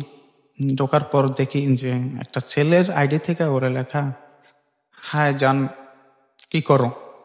তখন আমি বলতেছি এটা কি, বলতেছে এটা আপার ননদের ই, তো আপার ননদেরই তো ওরা ও দুষ্টামি করে আমার ই করছে, যে ওরা ফেক আইডি ছেলেরই দিয়া। তখন আমি বলতেছি, আমি খুব রাগ করি, অনেক রাগ করি মতন ও আমার বোঝা ই করে। তো এখানে আমরা কিছু ফটো টটো তুললাম, চলে আসলাম। চলে আসার পর এখন সব কিছু রেডি, ও আসবে, বের হয়ে আসবে। ও বের হয়ে আসবে। তখন আমি বলতেছি কবে আসবে এসে, তখন ও আমার বলে যে যেখান থেকে দেখতে আসছিল ওই জিনিসটা কাইটা গেছে গা। কাইটা যাওয়ার পর এখন আমি ফিরে আসি। তো তুমি যদি একটা মাস বেশি কাজ করো, তো এখানে যদি 10,000 টাকা বেশি ইনকাম হয়, তো এটা তো আমাদের ভবিষ্যতে আমাদের ছেলেপেলে হবে বা আমাদের সংসার জীবনে এরকম লাগবে, প্রভাব ফেলবো, ঠিক আছে। তো আমি যতদিন পারি বাড়িতে ম্যানেজ করে থাকি, যেদিন না পারবো এদিন তোমার কাছে আমি চলে আসবো। তো এদিক দিয়ে আবার বাড়িতে আমি একটা স্বর্ণের চেইন বাড়িতে আছে, মারে বললাম যে মা আমি তোমার টাকা দিই, স্বর্ণের চেনটা ওর জন্য রেখে দাও আর কানের দুলগুলা ই করো। তো মা বলতেছে অসুবিধা নেই, আমাদের আর কে আছে, ওই তো পাইবো। আর ওরা আমি বলি যে যেদিনকে আমি তোমার বিয়ে করবো ওদিনকে তোমার একটা আংটি গিফট করবো আমি, ঠিক আছে। তো আর নাকের ফুল তো অ্যাভেলেবেল পাওয়া যায়। ওর আবার একটা ছিল, ও কখনো বলতো না, মানে এভাবে আকারে কিন্তু বুঝাইতো যে আমার একটা হার। তো আমি বলতেছি দেখো আমি আস্তে আস্তে যদি যখন আবার সম্পন্ন হবো তখন আবার আমি তোমার বানায় দেবো, ঠিক আছে। যেহেতু আমি তোমার অনেক ভালোবাসি, ঠিক আছে, তোমার এগুলো বলা লাগবে না, আমি তোমার দিমো অনেক, ঠিক আছে। তখন এভাবেই তখন এই সে ফাঁক দিয়ে আবার মনে করেন যে আমার একটা দাঁতে খুব প্রবলেম হয়, দাঁতের প্রবলেম হয়। তখন ডাক্তারের কাছে যাই, ডাক্তার 10,000 টাকা লাগবে আর কি ও চিকিৎসা করে। আমি একটা শার্ট একটা গেঞ্জি পরে দোকানদারি করছি, আর বাকি টাকা জমাতেন ওর জন্য? আমি সব সময় ওর জন্য টাকা জমাতাম। আমি একটা দোকানের ম্যানেজারি পোস্ট, একটা হোটেলের বড় হোটেলের ম্যানেজারি পোস্ট, ঠিক আছে। আমার দ্বারা অনেক কোনো কিছু অসম্ভব ছিল না, সব কিছুই সম্ভব ছিল। কিন্তু আমি সব সময় ভাবতাম যে যদি ও আমার যদি কোনো কিছু জানতে পাইরা যদি ও আমারে দূরে সরে চলে যায়। আমাদের এখানে জুয়া খেলা হইতো, আমি আগে মাঝে মধ্যে জুয়াও খেলতাম, মানে সমবয়সী পোলার সাথে। আমার এখানে পোলা হয় না, বাবা খায়, মদ খায়, ঠিক আছে, সবকিছুই করে। কিন্তু কসম আল্লাহর আমি কোনো দিন একটা দিন মানে এরকম কিছুই করতাম না যে আমার সমবয়সী লোকেরা বলতো যে তুই এত ভালো হয়ে গেছিস যে এই সেই, ঠিক আছে। আমি কোনো দিন কোনো নেশায় জড়াইনি, কোনো দিন কোনো কিছু এর মধ্যে জড়াইনি। শুধু ওর কথা চিন্তা করে আমি জানি যে ও যদি আমার কোনো কিছু জানতে পারে তো আমার ছাইরা চলে যাবো। ওরে বয়ে বয়ে এরকম মানে কোনো সময়ই করতাম না। তারপরে আসার সময় হয়েছে, এখন আমি এর ফাঁকে মার একটু দেখা করার জন্য বাড়িতে গেলাম। হঠাৎ ওর চাস্তো বোন আমার ফোন দেওয়া বলতেছে, জসিম তুই কি ভালোবাসিস খুব? পরে আমি বলতেছি হ্যাঁ। বলতেছে ওই যে মামার বউ মামি। তো বলতেছে যে যদি ভালোবাসিস তাহলে ওরে নিয়ে আয়। তো আমি বলতেছি কে মামি, কি হয়েছে? বলতেছে যে না তুই ওরে নিয়ে আয়, এটুকুই বললাম। আমি আবার ওর টেস্ট করি জানুয়ারিতে, আমি এরকম ভাবতেছি যে কে জানি তোমার আমার কাছ থেকে কায়রা নিয়ে দিতেছে। তো বলতেছে না তুই পাগল, এরকম কিছু না। কিন্তু ওই দিন ওরা দেখতে আসে আর কি। তখন ও আমার বলে যে দেখতে আসে এরকম এরকম, এই ছেলেকে বাড়িতে কারেন্ট নাই, বিলের মাঝে বাড়ি, আর আমি বাড়ির বড় বউ হুমু। তো সবাই রাজি, ভাই আর আমি রাজি না। তো জিনিসটা খুব গ্যাঞ্জাম চলতেছে, এই সেই আফায়ানে বিয়া দিবই এই সেই। তখন আমি বলতেছি তুমি কি বলো? না পাগল, আমি তুমি কি আমার ছেড়ে চলে যাইবা? কখনো আমার ছেড়ে এরকম যাইবা গা? তো বলতেছে যে পাগল, যে আমরা যেই পর্যায়ে গেছি গা কত কিছুর মধ্যে, ঠিক আছে, আমরা এই পর্যায়ে গেছি গা, তো এখানে কোনোদিন সম্ভব না। হয়তো আমি তোমার ছেড়ে যাইতাম, আমি ভালো একটা স্বামী পাবো, কিন্তু তোমার মতো কেউ আমার ভালোবাসবে না। আমি তো সুখী নাও হইতে পারি, আমি তোমার ছেড়ে যাবো না। তখন আমি খুব কান্নাকাটি করে ওঠে যে তুমি আমার এরকম কিছু সিদ্ধান্ত নিও না, তুমি যাও না, ঠিক আছে। তো বলতেছে না আমি তোমার ছেড়ে কখনো যাবো না। তখন আমি ঢাকা এসে কথাবার্তি বলি। এই তখন ওর সাথে আমার কথাবার্তিগুলো একটু চলে, যেমন একটা মোবাইলে 2টা সিম থাকলে যেরকম একটা আধা কথা বলে আরেকটা কল দিলে ঢোকে না, এরকম প্রায় দেখি সংযোগ দেওয়া সম্ভব না। তখন আমি ওরে বলি কি ব্যাপার, তোমার নাম্বার এত থাকে, বিজি থাকে, তুমি কথা বিজি না, এখন ঢোকে না। কয় মোবাইল তো ঘরে ফালা তুই, তখন কথাবার্তি নেটের সমস্যা, এজন্য ঢোকে না। তো মাঝে মধ্যে করতে যাইতো, করতে গেলে আমি বারণ করতাম, আমার কাছ থেকে অনুমতি নিয়ে যাইতো। যখনই করতে পারি তো আমার বলতো আমি যাইতেছি, আবার আসলে বলতে এটা নিয়ে একদিন অনেক ঝগড়া হয়।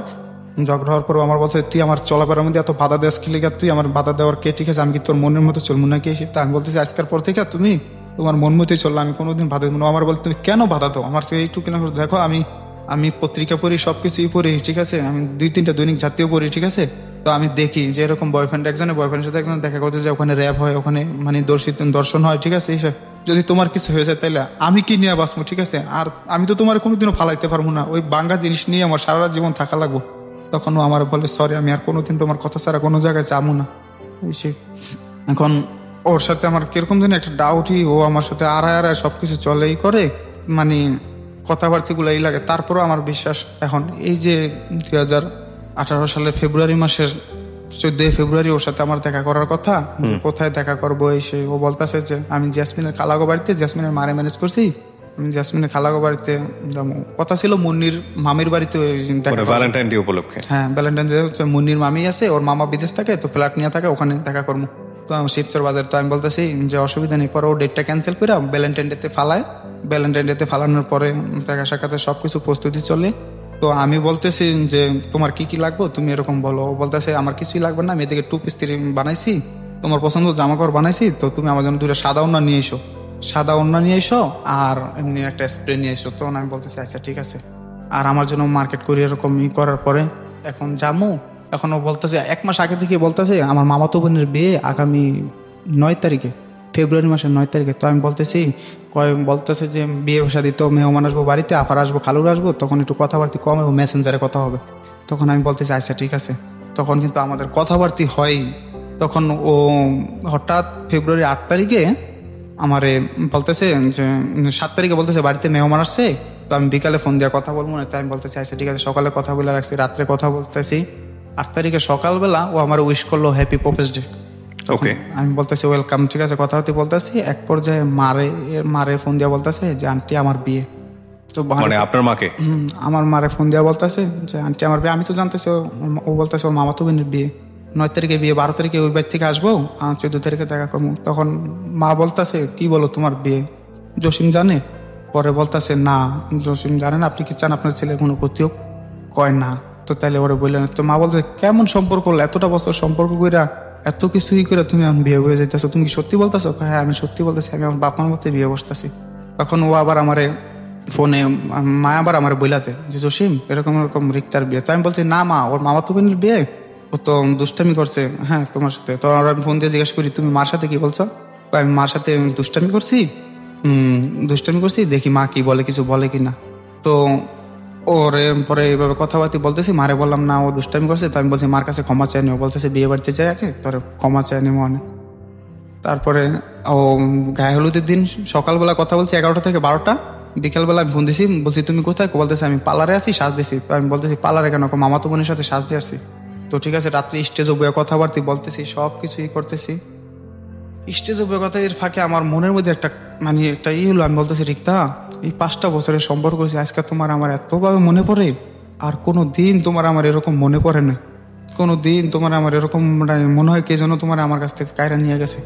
তো বলতেছে না পাগল। আমি বলতেছি আমার চেহারাটা অনেক সুন্দর হয়ে গেছে, আমি এরকম আজকে অনেক খাওয়া খাইতে গেছি, মনে হয় আমি বাঁচবো না, আমি মারা যাবো। ঠিক আছে, ও জানে যে ওরে কোনোদিন না পাইলে আমি কোনোদিন এরকম ওর সাথে আমার বলা যে আমি এই পৃথিবীতে থাকবো না। তখন ও বলতেছে আরে পাগল এটা এমনিতেই ঠিক আছে, তুমি এরকম চিন্তা ভাবনা কিছু করো না। হঠাৎ দেখি কিছুক্ষণ পর আমার মোবাইলে একটা পিকচারটা যে একটা ছায়া একটা মানুষের কপালে কিস করতেছে, আর বলতেছে চিন্তা করিস না, তোর পাশে ছায়া হয়ে সব সময় আছে, ছায়া হয়ে সব সময় আছে। আর ও আমার বলতেছে তোমার কয়টা ছবি দাও। আমি তখনও বুঝতে পারি না যে ওর এই কথার অর্থগুলা, ঠিক আছে। তখন আমার বলতে তোমার কয়টা ছবি দাও ভালো মতো, ভালো ছবি আমি কি কি করবা, কয় মামাতো বোনের দেখামো। তো আমি বলতেছি যে আচ্ছা ঠিক আছে, আমি অনেকগুলো পিক তুলে দিলাম। দেওয়ার পরে ও আমার বলতেছে জান কিছু খাইছো? আমি বলতেছি তুমি জানো না, তুমি কোথাও গেলে আমি এরকম ভাবে থাই, তুমি আগে আসো, তারপরে আসার পর আমি যা করি করবো অনেক, ঠিক আছে। তুমি কোথাও দূরে থাকলে আমার ভালো লাগে না। তখন ও বলতেছে আচ্ছা ঠিক আছে। রাত 1টা পর্যন্ত কথা হয়েছে যে আমরা কোথায় ঘুরতে যাবো 14 তারিখে, তুমি কি ড্রেস পরলা দিন পরবা, আমি কি ড্রেস পরবো, ঠিক আছে, কি কি মেনু থাকবে। বা ও আমার বলতেছে যে এবার তুমি আসলে তোমার আমি অনেক সুন্দরভাবে আদর করবো, ঠিক আছে, যাতে আমার কথা মতো চলো, জীবনটা সুন্দর করে সাজাতে হতো। আমি আছি ওই দাম দেয় ওরকম ভাবে। তখন শুক্রবারের সকালবেলা 9 তারিখে ওরা আমি বলতেছি যে রিক্তা তুমি আমার সাথে তো কথাবার্তা কম হইব, তো তুমি এখন আমার সাথে একটু কথাবার্তা বলো, আমার ভালো লাগতেছে না। তো বলতেছে আচ্ছা ঠিক আছে বলো। 11টা হতে শুরু করে 12টা পর্যন্ত কথাবার্তা বলি, অনেক কথা আছে, হাসাহাসি করি যে তাড়াতাড়ি হবে বিয়ে বাড়িতে, সাবধান, কেউ যাতে কেউ বলতে না পারে এই মেয়েটা খারাপ এরকমই। তখন ওরে আমি বলার পরে ও আমার বলতেছে যে জান দুপুরে ওই যে মেয়েদের হলুদ গোসল করে না বিয়ের আগে, তো ওইটার সময় হয়ে গেছে গা, তো আমি এখন রাখি, মামাতো বোনের শ্বশুরবাড়ি যাবো, তো 2 দিন পর আইসা কথা হইব। তো 2 দিন পর আইসা কথা হইব। তোর বলতে আমি রাগ করে ফোনটা কাইটা দিছি। ও আমার বলতেছে তুই যে আমার সাথে রাগ করস, তুই কোনোদিন আমার সাথে কথা না বলে থাকতে পারবি? আমি বলতেছি তা তো তুমি ভালো করে জানোই। তো বলতেছে তুই ফোন দিস আমারে, তুই করে কথা কইস ওই দিনকা, তুই আমার ফোন দিস। তো শুক্রবারে বিকালবেলা ফোন দিছি, মোবাইলটা বন্ধ। দুপুরবেলা আবার হাত থেকে পড়ে আমার টাচ মোবাইলটা ভাঙা যায়। আমি তারপর অনুভব করতে পারতেছি না, কিন্তু আমার ভিতরে খবর হয়ে গেছে, আমার খুব জ্বালা পড়া শুরু হয়েছে, আমার খুব খারাপ লাগতেছে, হাতে কোনো কাজ উঠতেছে না। তখন বিকালে ফোন দিলাম, রাত্রে ফোন দিলাম, শনিবারে সকালে ফোন দিলাম, তারপরে শনিবারের বিকাল রাত্রে ফোন দিলাম, বিকালে ফোন দিলাম, রবিবারে সকালে গিয়ে আবার ফোন দিয়েছি, মোবাইল বন্ধ। দেখি ওর মোবাইল বন্ধ।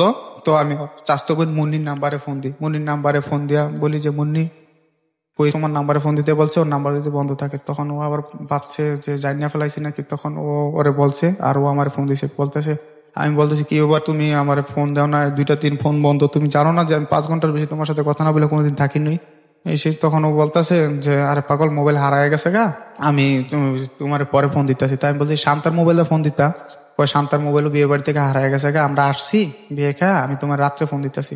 তখন রাত্রে ও ফোন দেয় না, আমি ফোন দিছি, দেখি খুব বাড়িতে চিল্লাফাল্লা। তখন আমি ওরে ফোন দিছে মতন, বলতেছে বাড়িতে খুব চিল্লাফাল্লা চলতেছে, কেন বলতেছে কালকে সকালে আফারা যাবো, খালুরা যাবো গা, আর কোনো সমস্যা নাই, তো কালকে থেকে কথা বলবো না। তো আমি সরল মনে ফোনটা রাইখা দিছি। পরবর্তীতে আমি রবিবারে ওর সাথে যে লাস্ট কথা বলছি, তো ওদিকে আমি খুব রাগান্বিত ভাষায় কথা বলছি যে তুই কি আমার ভালোবাসস না, তুই জানোস না যে আমি এভাবে থাকতে পারি না, তুই আমি রাখছস, দেখিস তুই কোনো একদিন আমার হারায় কানবি আর আমার লাশের উপরটা যাবে, তুই দেখিস আমি এরকম যদি করস না, হলে সত্যি সত্যি আমি সুসাইড করবো। তখন ও আমার বলতেছে যে আচ্ছা ঠিক আছে, কালকে তো কথা কম, মনে হচ্ছে সোমবারে সকালবেলা আমি ওর মোবাইল বন্ধ পাই, বাসায় যায় ঘুমাই রয়েছি। তারপরে বিকালবেলা দুপুরে ঘুম থেকে উঠি, আর আমার শাশুড়ি বলতেছে যে বিয়ে হয়ে গেছে। তো আমি বলছি না, ওর মামাতো বোনের বিয়ে হয়েছে, দুষ্টামি কথা। তখন আমি দোকানে আসি, আমার মনটা কেমন জানি লাগে। তখন আমি ওর এক বাস্তি আছে, কিরণ মাল্লা করে নাম, ওরে ফোন দিই। ফোন দেওয়ার পর আমি বলি কিরণ কি হয়েছে, কয়েককে আপনি কিছু জানেন না? তা আমি বলতেছি কি হয়েছে, তো বলতেছে বিয়ে হয়ে গেছে। আমি তখন এই কথাটা শোনার পর ঠিক আছে, যে আমার দুনিয়াদারি সব আসমান আমার উপরে ভেঙে পড়ছে, যে ঠিক আছে আমি জিনিসটা কোনো মতেই আমি বিশ্বাস করতে পারছি না। আমি জায়গায় জায়গায় ফোন দিই, মনে হয় আমি দোকানদারি পুরো দোকানের মধ্যে সব বিশৃঙ্খলা সৃষ্টি করে দিয়েছি, যে ওর বিয়ে হয়ে যাবো গা, ও আমার এইভাবে বিয়ে হয়ে যাবো গা, আমার বললো না। কালকেও তো আমি কথা বললাম, রাত্রে বললাম যে কথা বললাম, ও আমার এখন যদি শুনি যে ও অন্য কার হয়ে গেছে, ঠিক আছে এই জিনিসটা আমি মানে নিতে পারিনি। তখন শুনতে পারি যে ওর বিয়ে হয়ে গেছে গা। এমন কোনো মানুষ নেই যে যার কাছে যাওয়ার জন্য, ঠিক আছে, যে ওরা আটকানোর জন্য কত কিছু। ওর দুলাভাই যে মামি ডাকছিলাম, হেরা সবাই জানতো, কিন্তু কোনোদিন কেউ আমার বলে না। আপনি ফোন দিলেন না সঙ্গে সঙ্গে ওর কাছে? ওর মোবাইল বন্ধ, কিন্তু ওর বাড়ির নাম্বারে ফোন দিছে। ওর আফা বলতেছে যে অসুবিধা নাই, সব ভালোবাসলে তো সবাই সবাই পায় না, তো তোমারে আমরা বিয়ে শাদী করাই দিব না এসে। ওর মা বলতেছে থাক বাবা তুমি কোনো ই করো না এসে। তো আমি বলতেছি এটা কোন কথা, যে ও ভালোবাসলে সবাই সবাই পায় না, একটু আমি মানি, কিন্তু সেটার একটা সাবজেক্ট থাকে, কিন্তু ও আমার সাথে এরকম করার মানেটা কি? এরকম তো যাওয়ার সাথে ও তো আমার একটা বার বলতে পারতো যে হ্যাঁ আমার সমস্যা, তুমি আমার নিয়ে যাও। যদি আমি না পারতাম, তাও তো আমার একটা মনের বুঝাইতে পারতাম যে আমি আনিনি, আমি ব্যর্থতা দেয়নি, আর সারাটা জীবন থাকতাম। আমি কোনো দিন ভাবিনি যে ওরে ছাড়া আমি এভাবে থাকবো। আমার এই 5টা বছরে ভাই আমি কি বলবো, আমি এত কষ্ট করছি ওর জন্য, যে এই মেয়েটা কোনোদিন খাইছে না খাইছে, কি একবেলা না খাইলে আমার খাওয়া হইতো না, ঠিক আছে, আমার কিছু হইলো ওরই হইতো না। সেই মেয়েটা মনে করেন যে আমার সাথে এইভাবে এত বড় প্রতারণা করবো আমি কোনোদিন ভাইবা নিতে পারিনি। আমি ওই দিন দুপুরবেলা মানে এত কান্নাকাটি এক পর্যায়ে, ঠিক আছে, আমার দোকান তো মানে সব স্টাফ সবাই হতবাক। আমাদের প্রেমটা এমন ছিল যে আমাদের সবাই জানতো, যে একটা মুভির প্রেম যেরকম হয় এরকম ছিল, সবাই জানতো, সবাই অবাক যে এটা কি হইলো, এটা কোনো কিছু না। আমার তো যে আমি বাঁচবো না, আমি মরে যাবো, আমার এরকম মাথার মধ্যে একটা হয়ে পড়ছে, ঠিক আছে। তখন আমি চিন্তা করি যে আমি যদি এরকম কিছু করে ফেলাই, ঠিক আছে, আমি আমার কতদিন আগের ঘটনা এটা? এটা হলো গায়ে যে 14 ফেব্রুয়ারি গেল, এই 2018 সালের 14 ফেব্রুয়ারি, কয়েক মাস আগে। হ্যাঁ কয়েক মাস, 12 তারিখ আগে 12ই ফেব্রুয়ারি জানতে পারি ওর বিয়েটা হয়েছে। তখন আমি চিন্তা করলাম যে আমি আমার বাপেরে এই 10টা বছর এতটুকু বয়সে যে বাইরে হয়েছে অন্তত পর্যন্ত কিছু দিতে পারিনি। আমার আব্বার কথাটা আমার অনেক মনে পড়ে গেল। আমি মারে ফোন দিয়ে বললাম যে মা তুমি চলে আসো, যদি আমার বাঁচিতে চাও, যদি চলে আসো, ঠিক আছে, আমি মনে হয় আর বাঁচবো না। তখন ওর দুলাভাইয়ের কাছে গেলাম, পাউডি বেড়া জড়া ধীরে বললাম যে দুলাভাই মামা তুমি ওর এই করো, ওর একটু ফেরানোর ব্যবস্থা করো। মামানির পাউডি বেড়া জড়া ধরছি, কিন্তু কেউ, ওরা জানতো সবাই আমি কত টাকা পয়সা নষ্ট করছি মানুষগুলার ঠিক থাকার জন্য, সবাই জানতো, কিন্তু কেউ আমার একটু বলেও না যে ওর বিয়েটা হয়ে যাইতেছে বা হইতেছে। আজকে আমার মানুষে ভালোবাসলে পায় না, আমি মানি, কিন্তু এত বড় প্রতারণা করো তো ঠিকানা। ওর সাথে আমার শুধু ভালোবাসার সম্পর্ক ছিল না, ওর সাথে আমার আত্মার সম্পর্ক ছিল। ওর ভালোবাসা আমি শিখছি যে জীবন কি জিনিস, টাকা পয়সা কি জিনিস, সময়ের মূল্য কি জিনিস, ওর কথা চিন্তা করে আমি কোনোদিন কোনো খারাপ কাজে যাইনি। ওকে, আমি আমার লাইফের শ্রেষ্ঠ চাকরিগুলো সবকিছু বিসর্জন দিয়েছি। এখন ও যে আমার সাথে এত বড় প্রতারণা করছে, এটা আমার কাছে কোনো মনে হয় না যে ও আমার সাথে অপরাধ করছে। আমার দিক থেকে আমি এখনো ওরে মানে ভাবি যে ও আমার কাছে নিষ্পাপ আছে, আছে। আমি একটা মাস কোনো মানে শুধু দরজা আটকে কাঁদছি, কোনো ভাত পানি কিছু খাইতে নেই। এমনও দিন গেছে যে বলছি, আল্লাহ তুমি আমার 5টা মিনিট ঘুম দাও, আমি ঘুমাইতে পারিনি। আমার যে কত কষ্ট গেছে, কত মানুষ। এই সময়টা কে ছিল আপনার পাশে? এই সময়টা আমার মা আমার পাশে ছিল। আমার মা শুধু 2টা দিন আমার পাশে ছিল, তারপরে চলে গেছে। সবাই আমার পাশে ছিল, আমার সান্ত্বনা দিত যে এরকম কিছু করিস না, ও ও তোর লাভ হইলো, তোর কাছে ফিরে আসবো বা এরকম করবো। তখন মানুষের সাথে যখন একটু কথা বলতাম তখন আমার ভালো লাগতো, কিন্তু একা একা আমি করছিতেই না। তারপর তো এটা তো আদি যুগের প্রেম না, এটা ডিজিটাল যুগের প্রেম। মেসেঞ্জারে যাওয়ার ছবিগুলা দেখলে, ওর কথাগুলো দেখলে ঠিক আছে আমি আর মাইনে নিতে পারি না, কিন্তু যেই মানুষটার সাথে আমি অবাধে কথা বলছি, কোনো কিছুই ছিল না, সেই মানুষটার সাথে আজকে কথা বলতে গেলে আমার অনেক বড় দেয়াল টপ হইতে হয়। ওর সাথে আমি কথা বলতে পারি না, বিশ্বাস করেন ভাই। ওর সাথে কথা বলতে না পেরে এতটাই ইমোশনাল হয়ে গেছিলাম যে আমার বেঁচে থাকাটাই খুব কষ্ট। আমি মনে হয় যে আমি আর বাঁচবো না, আমি আর এরকম করবো না। রাইট, আমি সেই জন্যই বলছিলাম যে এই সময়টা আপনাকে সাপোর্টটাকে দিয়েছে মা, সবচেয়ে বেশি মা, তারপরে নাকি তারপরে সবাই আসছে, আত্মীয় স্বজন, হ্যাঁ সবাই, আমার বন্ধু বান্ধব সবাই এসে দিছে। এক পর্যায়ে বাড়িতে নিয়ে যেতে চাইছে, কিন্তু আমি বাড়িতে যাইনি। বাড়িতে যাইনি মতন কি করবো, বাসায় একা একা শুধু দিন রাত 24 ঘন্টা 1 মাস থেকে আমি শুধু কাঁদছি ওর জন্য যে আল্লাহ তুমি। এই সময় ফোন দিতেন না, যোগাযোগ করতেন না? হ্যাঁ, 1 সপ্তাহ পরও আমার ফোন দিছে। ওই ফোন দিছে, তারপর কি বলে? বলতেছে যে কেমন আছেন এরকম। তো আমি এত কান্নাকাটি করলাম যে রিক্তা তুমি কেন এরকম করলা, তুমি তো জানো যে আমি তোমার ছাড়া থাকতে পারবো না, ঠিক আছে, কোনোদিন তোমার ছাড়া বাঁচাটা অসম্ভব আমার। তখন আমি বলছি তুমি কেন এমন করলা, তুমি চলে আসো, আমি তোমার মাইনা নেবো, ঠিক আছে, আমি তোমার কিচ্ছু বলবো না। যদি আমি তোমার সুখে না রাখতে পারি তুমি চলে যাও, ঠিক আছে। আমার মা তো, আমার ফ্যামিলি তো সবাই জানে, তুমি কেন এমন করলো। আমার শুধু একটা কথাই বললো যে প্রত্যেকটা মানুষের জীবনে একটা করে জ্বর আসে, ঠিক আছে, মনে করেন আপনার জীবনে জ্বর আসছে, আপনি জীবনটা সাজায় নেন। এরপরে কি আর যোগাযোগ করেনি? এরপরে বিয়ের পরে 2-3 দিন কথা হয়েছে, কিন্তু ও এখন মানে আমার মনে ঘৃণা ধরানোর জন্য ও আমার সাথে এমন এমন রাব ব্যবহার করে, ঠিক আছে, যে তারপরেও আমি ওরা ঘৃণা করতে পারি না। শুধু ও আমার সাথে অনেক রাব ব্যবহার করে। আমি ওনার হাজবেন্ড জানে বিষয়টা? না, ওনার হাজবেন্ড জানে না, কিন্তু ওদের এলাকার এমন কোনো লোক নাই যে না জানে ওর সাথে আমার এই সম্পর্কের বিষয়টা।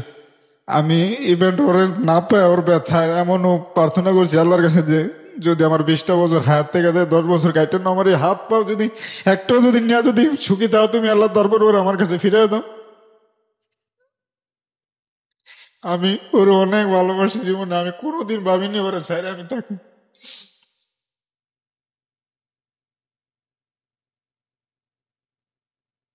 আমি আপনাকে কয়েকটা কথা বলি, যদি আপনি আমাকে একটু অনুমতি দেন, যেহেতু আপনি আমার জীবন গল্প শোনেন এবং আপনার আইডিয়া আছে আমি কি ধরনের কথা বলতে পারি। প্রথম কথা হচ্ছে যে এখানে আপনার ভুল কি ছিল, তার ভুল কি ছিল, এগুলা জাস্টিফাই করে কোনো লাভ নাই। বর্তমান সিচুয়েশন যেটা, সেটাই স্বাভাবিক। এবং যেহেতু আমার লিসনাররা অনেকক্ষণ ধরে শুনছেন এই গল্পটা, রাত 1টার পরেও শুনছেন, পুরো গল্পটা অ্যানালাইসিস করলে আমরা যেটা দেখতে পাই যে মেয়েটার দিক থেকে অনেকবার মেয়েটা চলে যেতে চেয়েছে, কিন্তু সামহাও আপনি তাকে যেতে দেননি, আপনার কাছে ধরে রেখেছেন।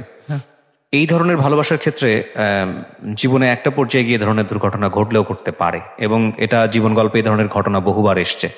সেটা আপনার ক্ষেত্রে হয়েছে এবং খুব এক্সট্রিম লেভেলে হয়েছে। মেয়েটা আপনার কাছ থেকে বিয়েটা গোপন করেছে 2টো কারণে আমরা ধরে নিচ্ছি। একটা যেটা হচ্ছে যে আপনি জানলে আপনি বিয়েটা হতে দিতেন না, কোনোভাবেই হতে দিতেন না। আর 2 নম্বর যেটা হয়েছে যে মেয়েটা আপনাকে যেহেতু ক্লিয়ারলি বলেছে যে সে বিয়ের পরে কিরকম একটা জীবন চায়, সে জায়গা থেকে তার একটা কনফিডেন্ট আপনার প্রতি ছিল না, অথবা পারিবারিক চাপ বা অন্য কোনো কারণে করেছে। তো এটাই হচ্ছে রিজন। কিন্তু সবচাইতে মানে ভয়াবহতম যেই ঘটনাটা ঘটতে পারতো, এখনো ঘটেনি আলহামদুলিল্লাহ, সেটা বলবো যে ফেব্রুয়ারিতে ঘটনাটা ঘটেছে, এখন হচ্ছে মে মাস চলছে। সেই জায়গাটা থেকে আমি যেটা বলতে পারি যে ক্ষতটা অনেক বেশি দগদগে অবস্থায় আছে, কাঁচা অবস্থায় আছে। আমি এখনো পর্যন্ত ঠিক হতে পারিনি। আপনি ঠিক হতে পারবেন না, এটা খুবই স্বাভাবিক। 5 বছর ধরে যেভাবে যে ধরনের গল্পটা আপনি বলেছেন, সেটা ঠিক হওয়াটা খুবই খুবই অস্বাভাবিক। পছন্দ এই জায়গায় যে কোন একদিন ও ছাইরে চলে গেছে, আমি তো ওরে বলছিলাম যে আমি তোমার বইলা গেছি, কিন্তু আমি উত্তরা যখন চাকরি করি তখন তো ও নিজেই আমারে বলছে যে আমি কোনোদিন তোমার ছাইরে যাবো না। রাইট। আমি আপনাকে যে কথাগুলো এখন বলবো সেগুলো আপনি বিলিভ করতে পারবেন না, সেগুলো আপনার কষ্ট দূর করতে পারবেন না, কিন্তু সেগুলোই সবচেয়ে বড় বাস্তব কথা। নাম্বার 1, এই মেয়েটা জীবনে কোনো না কোনো একদিন আপনার কাছে হয়তো ফিরে আসবে। আমি এখনো চাই ও আমার কাছে, এবং আপনি চান না ফিরে আসুক। আমি একটু বলি আপনাকে, সেটা হচ্ছে মানুষ কখনোই না, একটা মানুষের কাছে কখনোই সব দিক থেকে হ্যাপি না, সব দিক থেকে হ্যাপি না। আমরা দোয়া করব আপনি যাকে লাভ করেছিলেন সে যেন অনেক সুখী হয়, কিন্তু কোনোদিন যদি জীবনে কোনো অভাব থাকে তার কোনো জায়গাটা থেকে, সে আপনাকে মনে করবে।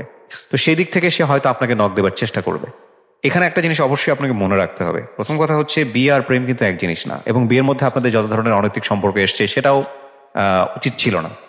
কিন্তু আপনি তাকে নিয়ে জীবন সংসারের কথা না চিন্তা করাটাই শ্রেয়। আমি বলবো যে না চিন্তা করাটাই শ্রেয় এই কারণে যে দেখুন, আপনি তাকে পাননি, সেটা একটা অনেক বড় কষ্ট, অনেক বড় বেদনা। হ্যাঁ, এই মুহূর্তে পাওয়ার আকাঙ্ক্ষাটা অন্য সময়ের চাইতে আরো বেশি তীব্র। কিন্তু মেয়েটা যদি আপনার জীবনে ফিরে আসে তাহলে সম্ভাব্য যেসব ঘটনা করতে পারে, একটা হচ্ছে সংসার করা আপনারা শুরু করলেন, কিন্তু সংসার করতে গিয়ে আপনারা সুখী হতে পারবেন না। কারণ আপনার ব্যাক অফ দ্য মাইন্ডে, আমাদের সাবকনশিয়াস মাইন্ড যেটা থাকে, সেটা হলো এই মেয়েটা আপনাকে ছেড়ে ফাইনালি যে চলে যাওয়া, সে চলে যাওয়াটা সে চলে গেছে। জীবন অনেকবার চলে গেছে, আপনি তাকে ফিরাই নিয়ে আসছেন, মার খেয়েছেন, মানে দফারফা করে ফেলছেন, কিন্তু ফাইনাল চলে যাওয়া যেটা, ঠকানো যেটাকে বলে, আপনি যেটা বলছেন, সেটা কিন্তু সে করে ফেলেছে। সুতরাং যত সুখী হন না কেন সে ফিরে আসলে, জীবনে যত ছোট প্রবলেম হোক, বড় প্রবলেম হোক, যে কোনো প্রবলেম তৈরি হবে, শুধু ব্যাক অফ দ্য মাইন্ডে এই জিনিসটাই থাকবে যে সে আপনাকে ছেড়ে চলে গেছে, সে আরো এরকম কোনো কিছু করতে পারে। তো এইরকম মানুষের সাথে ঘর সংসার করা যায় না, সুখী হওয়া যায় না। কিন্তু আমি আমার এখনো বুঝাতে পারছি না। আমি এটা বোঝাতে পারবেন না, কারণ আমি আপনাকে যেটা বলি, বোঝানোর জন্য কিছু টিপস আছে, আমি সেটা আপনাকে বলবো, আপনি চাইলে প্র্যাকটিস করতে পারেন। একটা যেটা হচ্ছে যে আমি একদম স্ট্রিক্টলি বলতেছি, একদম ব্যক্তিগত অপিনিয়ন, আপনার অবশ্যই এই মেয়েকে আর জীবনে নেওয়াটা উচিত হবে না। এটা হচ্ছে একদম স্ট্রিক্ট কথা। কিন্তু আপনি যেহেতু তাকে লাভ করেন, love has no definition, love has no explanation, love is blind. So ওই জায়গাটা থেকে আমি যতই আপনাকে বোঝাই না কেন, সেই জিনিসটা আপনি মানবেন না, এটাই স্বাভাবিক। কিন্তু সংসার জিনিসটা শুধু লাভ দিয়ে চলে না, সংসার জিনিসটা বেশিরভাগই চলে হচ্ছে র্যাশনালিটি দিয়ে। দুজনের যখন পাশাপাশি থাকবেন, না পাওয়ার ওই বেদনাটা থাকবে না, তখন দেখবেন ফল্টগুলা চোখে পড়বে, কি কি করেছে, খারাপ জিনিসগুলো কি কি করেছে। এবং ইন্টারেস্টিং ব্যাপার হচ্ছে, এটা সাইন্টিফিক্যালি সত্য, যে মানুষ হ্যাপি মোমেন্টসগুলো খুব কম মনে রাখতে পারে, কিন্তু কষ্টকর যে মোমেন্টগুলো, সেই মোমেন্টগুলো মানুষের সামনে বারবার ঘুরে আসতে পারে। আমাদের ব্রেন ওই জিনিসটা দিয়ে দেয়, বারবার সিগন্যালটা দেয়। সুতরাং সুখী হওয়াটা খুব ডিফিকাল্ট হবে, এক। আর দুই নম্বর যেটা হচ্ছে, ভুলে থাকার জন্য আপনি কি করতে পারেন, যে কারণে আমি আপনাকে বারবার এই কোয়েশ্চেনগুলো করতেছিলাম যে এই সময়টা আপনাকে সাপোর্ট কে দিয়েছে। এটা আপনাকে না, আপনাকে সহ যারা বিশেষ করে এই মুহূর্তে রেডিওটা শুনছে, তাদের সবাইকে একটা কথা বলতে চাই, not from my life experience, but আমারও কিছুটা এক্সপিরিয়েন্স আছে এই জায়গাটায়। সেটা হলো যে এই ধরনের সম্পর্ক যেটা খুব ভালো চলছে, যেখানে আসলে এই ধরনের ঘটনা ঘটার কোনো সম্ভাবনাই নেই, হঠাৎ করে আপনি এমন একটা খবর পেলেন যে খবরটা আপনাকে মানে আকাশ থেকে পড়ার মতো, এবং আপনি কোনোভাবেই সেই মানুষটাকে আর মেনে নিতে পারছেন না, বা আপনি সেই মানুষটাকে আর ভুলতে পারছেন না, কিন্তু ভোলাটা অত্যন্ত জরুরি হয়ে গেছে। সেক্ষেত্রে প্রথম এবং প্রধান দায়িত্ব হবে, আপনি যদি সিদ্ধান্ত নিতে পারেন যে না, মানুষটাকে আপনি ভুলে যাবেন, ভুলে যাওয়াটাই জরুরি, ওই মানুষটার যত রকমের চিহ্ন আছে, যত রকমের স্মৃতি আছে, সবগুলো আপনার কাছ থেকে মুছে ফেলেন। প্রথম কাজে মুছে ফেলাটা মানে আমি যেটা বোঝাচ্ছি, আপনার ব্রেন থেকে তো মুছতে পারবেন, সেটা ধীরে ধীরে মুছবে, কিন্তু সেটা ধরুন লাইক ওর, আপনি যেটা বললেন যে মেসেঞ্জারে ওর ছবিগুলো দেয়া, মেসেঞ্জারে অবশ্যই ওর চ্যাট যেটা আছে সমস্ত কিছু ডিলিট করে দিয়ে ওকে ব্লক করে দেওয়া, নাম্বার ওয়ান। নাম্বার টু হচ্ছে ওর ব্যবহৃত যত জিনিস আছে, ও আপনাকে কোনো গিফট করে থাকলে, ওকে নিয়ে কোনো কিছু লেগে থাকলে, বা ঘরের মধ্যে কোনো কিছু থেকে থাকলে, এগুলো সম্পূর্ণরূপে এমনভাবে ফেলে দেওয়া যেটা আপনার কাছে আর কখনো রিটার্ন না আসতে পারে। এবং একই সাথে শুধু তাই না, সেই সব জায়গাগুলোতে, যেসব জায়গাগুলোতে তাকে নিয়ে ঘুরতে গেছেন, বেড়াতে গেছেন, যে রাস্তা দিয়ে গেছেন, সেই সব জায়গাতে আগামী 2-1 বছর না যাওয়া। মানে বিষয়টা হচ্ছে এরকম যে তাকে মনে পড়তে পারে এরকম কোনো কিছু যদি আপনার লাইফে থাকে, সেগুলো সম্পূর্ণরূপে ডিলিট করে দেয়া। এটা হচ্ছে প্রথম কাজ। দ্বিতীয় কাজ যেটা হলো যে আপনি অবশ্যই এই সময়টা ফ্রেন্ডের সঙ্গে বেশি টাইম পাস করবেন, এবং দেখবেন যে জীবনের সবচাইতে কঠিন সময় আসলে ভালো বন্ধুকে তাকে চেনা যায়, সবচেয়ে কঠিন সময়।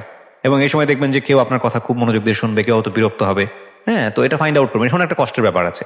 আরেকটা সেটা হচ্ছে যে এই সময়টা আসলে ভালো, মানে কি করতে ভালো লাগে সেটা খুঁজে পাওয়াটা খুব মুশকিল। তারপর ফাইন্ড আউট করা যে আমি কি করলে ভালো লাগে, আমার অন্যদিকে একটু কনসেন্ট্রেশন থাকতে পারে, ওই জিনিসগুলো একটু খুঁজে বের করা।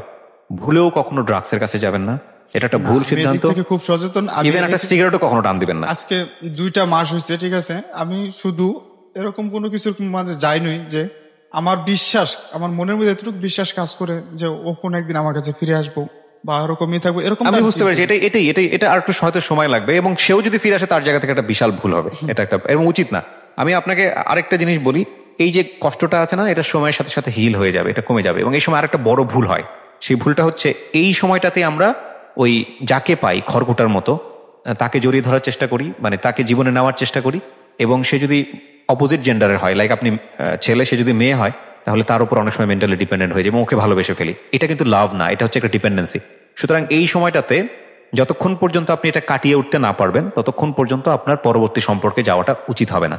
যদিও তাকে ভুলে রাখার জন্যে এটা একটা বেস্ট মেডিসিন, অন্য একটা সম্পর্কে জড়িয়ে যাওয়া, কিন্তু আমি বলবো যে ওই সম্পর্কটা না যাওয়াটাই বেটার। কারণ একটা সময় মানুষ ভুলে যায়, মানুষের স্মৃতিশক্তি, আমরা লাইলি মজনু টাইপের মানুষ না, শিরি ফরহাদ টাইপের মানুষ না, আমরা ভুলে যাই। যত কঠিনতম সম্পর্কেই থাকুক না কেন, আপনার এই সম্পর্কের মধ্যে তীব্রতা ছিল এই কারণে সে আপনার চেয়ে দূরে ছিল এবং সে আপনাকে পাশ কাটিয়ে যাওয়ার চেষ্টা করেছে বহুবার, কিন্তু আপনি তাকে ওয়ান সাইডেড ভাবে বারবার ফিরে নিয়ে আসার চেষ্টা করেছেন। সুতরাং আপনি অনেক বেশি এনগেজ ছিলেন। এই জিনিসটা যদি না থাকতো তাহলে তো সম্পর্কটা এত বেশি তীব্র হতো না। তো সেই জায়গাটা থেকে আমি মনে করি আপনার সময় দেওয়া উচিত। আর আপনি যদি রিলিজিয়াসটিক হন, আপনি যদি ধর্ম মানেন, তাহলে বেশি বেশি প্রার্থনা করেন, সৃষ্টিকর্তাকে বলেন, কারণ তিনি হচ্ছেন সবচেয়ে বড় বিচারক। তো আমরা আজকের এই জীবন গল্পে কাউকে দোষ দিতে চাই না, কাউকেই না। আপনারা অনেকেই ফেসবুকে ব্লেম করছেন, মেয়েদেরকে নিয়ে অনেক কথাবার্তা বলছেন। আমি একটা কথা বলি সবাইকে, এটা যে কারো জীবনই হতে পারে, যে কোনো কিছু হতে পারে। সবচেয়ে বড় ক্ষতি হয়েছে ছেলেটার জীবনে অনেকগুলো চাকরি, সে অনেক ভালো ভালো জব পেয়েছিল, চাকরি পাইছি। আমার জীবনের লাইফে ভাই আমি কি বলবো, ঠিক আছে আমি ন্যূনতম হিসাব করছি 1,60,000 টাকা ওর সাথে মোবাইল বিলেই দিছি, কথা রাইট। সো এই জিনিসগুলা এবং পসিবিলিটি গুলো নষ্ট হয়েছে, অনেক সময় হয়, এবং এটা ওর স্কেল থেকে অনেক বড়, আপনাদের স্কেল থেকে হয়তো অনেক বড় হতে পারে। আমি রিকোয়েস্ট করব, যে ধরনের সম্পর্কে আপনারা যান না কেন, যাই করেন না কেন, ক্যারিয়ার এবং এডুকেশন এই দুটো জিনিসে হ্যাম্পার না করাটাই ভালো, কারণ এগুলো দাগ থেকে যায় জীবনে। এবং এই সম্পর্কগুলো কোনো একটা সময় গিয়ে এতটাই হাস্যকর হবে যে ও হয়তো 5 বছর পর 10 বছর পর নতুন একটা জীবনে যাবে, তখন হয়তো ওর স্ত্রীর সঙ্গে যদি ওর জীবন নতুন কেউ আসে, সে তো শুয়ে শুয়ে গল্প করবে যে এরকম একটা ফানি বিষয় ছিল, একটা মেয়ে এরকম একটা ব্লাফ দিয়েছে, বন্ধুদের মহলে বসে হয়তো হাসি ঠাট্টাই করবে এই বিষয়টা নিয়ে। কিন্তু আজকের এই সময়ে এটা ও চিন্তা করতে পারছে না, বিকজ ঘাটা অনেক কাঁচা। এই সময়টাতে ভুল না করাটাই হবে হচ্ছে সবচেয়ে বুদ্ধিমানের কাজ, এবং সেটার জন্য আমরা ওর জন্য প্রার্থনা করবো। এবং একই সাথে আপনারা এই গল্পটা যারা শুনলেন তাদেরকে শুধু একটা কথাই বলতে চাই, জীবনে যে কোনো মোমেন্টের জন্য প্রিপেয়ার থাকাটা বুদ্ধিমানের কাজ, এবং সেটার জন্য এমন কোনো সম্পর্ক বা এমন কোনো ইমোশনের মধ্যে আমরা না যাই যেটার জন্য আমরা ক্যারিয়ারকে হ্যাম্পার করতে পারি। অনেক বেশি ভালো থাকুন। আপনাদের প্রত্যেকের গল্প এক একটা বিদ্যা পাঠ আমাদের জন্যে। আমরা মনে করি এখানে এক একটা জীবন গল্প কখনো কখনো বড় বড় মোটা মোটা বিখ্যাত উপন্যাসের চাইতেও অনেক বড় নাটকীয়তার জন্ম দেয়, এবং সেটা কখনো কখনো আমাদেরকে অনেক বড় লেসনের মধ্য দিয়ে নিয়ে যায়। একটা জীবন গল্প যদি একটা মানুষের জীবনকে সহজ করতে পারে, যদি পথ নির্দেশনা দিতে পারে, তাহলে অবশ্যই আমরা বলতে পারি আমাদের জীবন গল্প সার্থক। অনেক ভালো থাকুন। আজকের মতো শুভরাত্রি।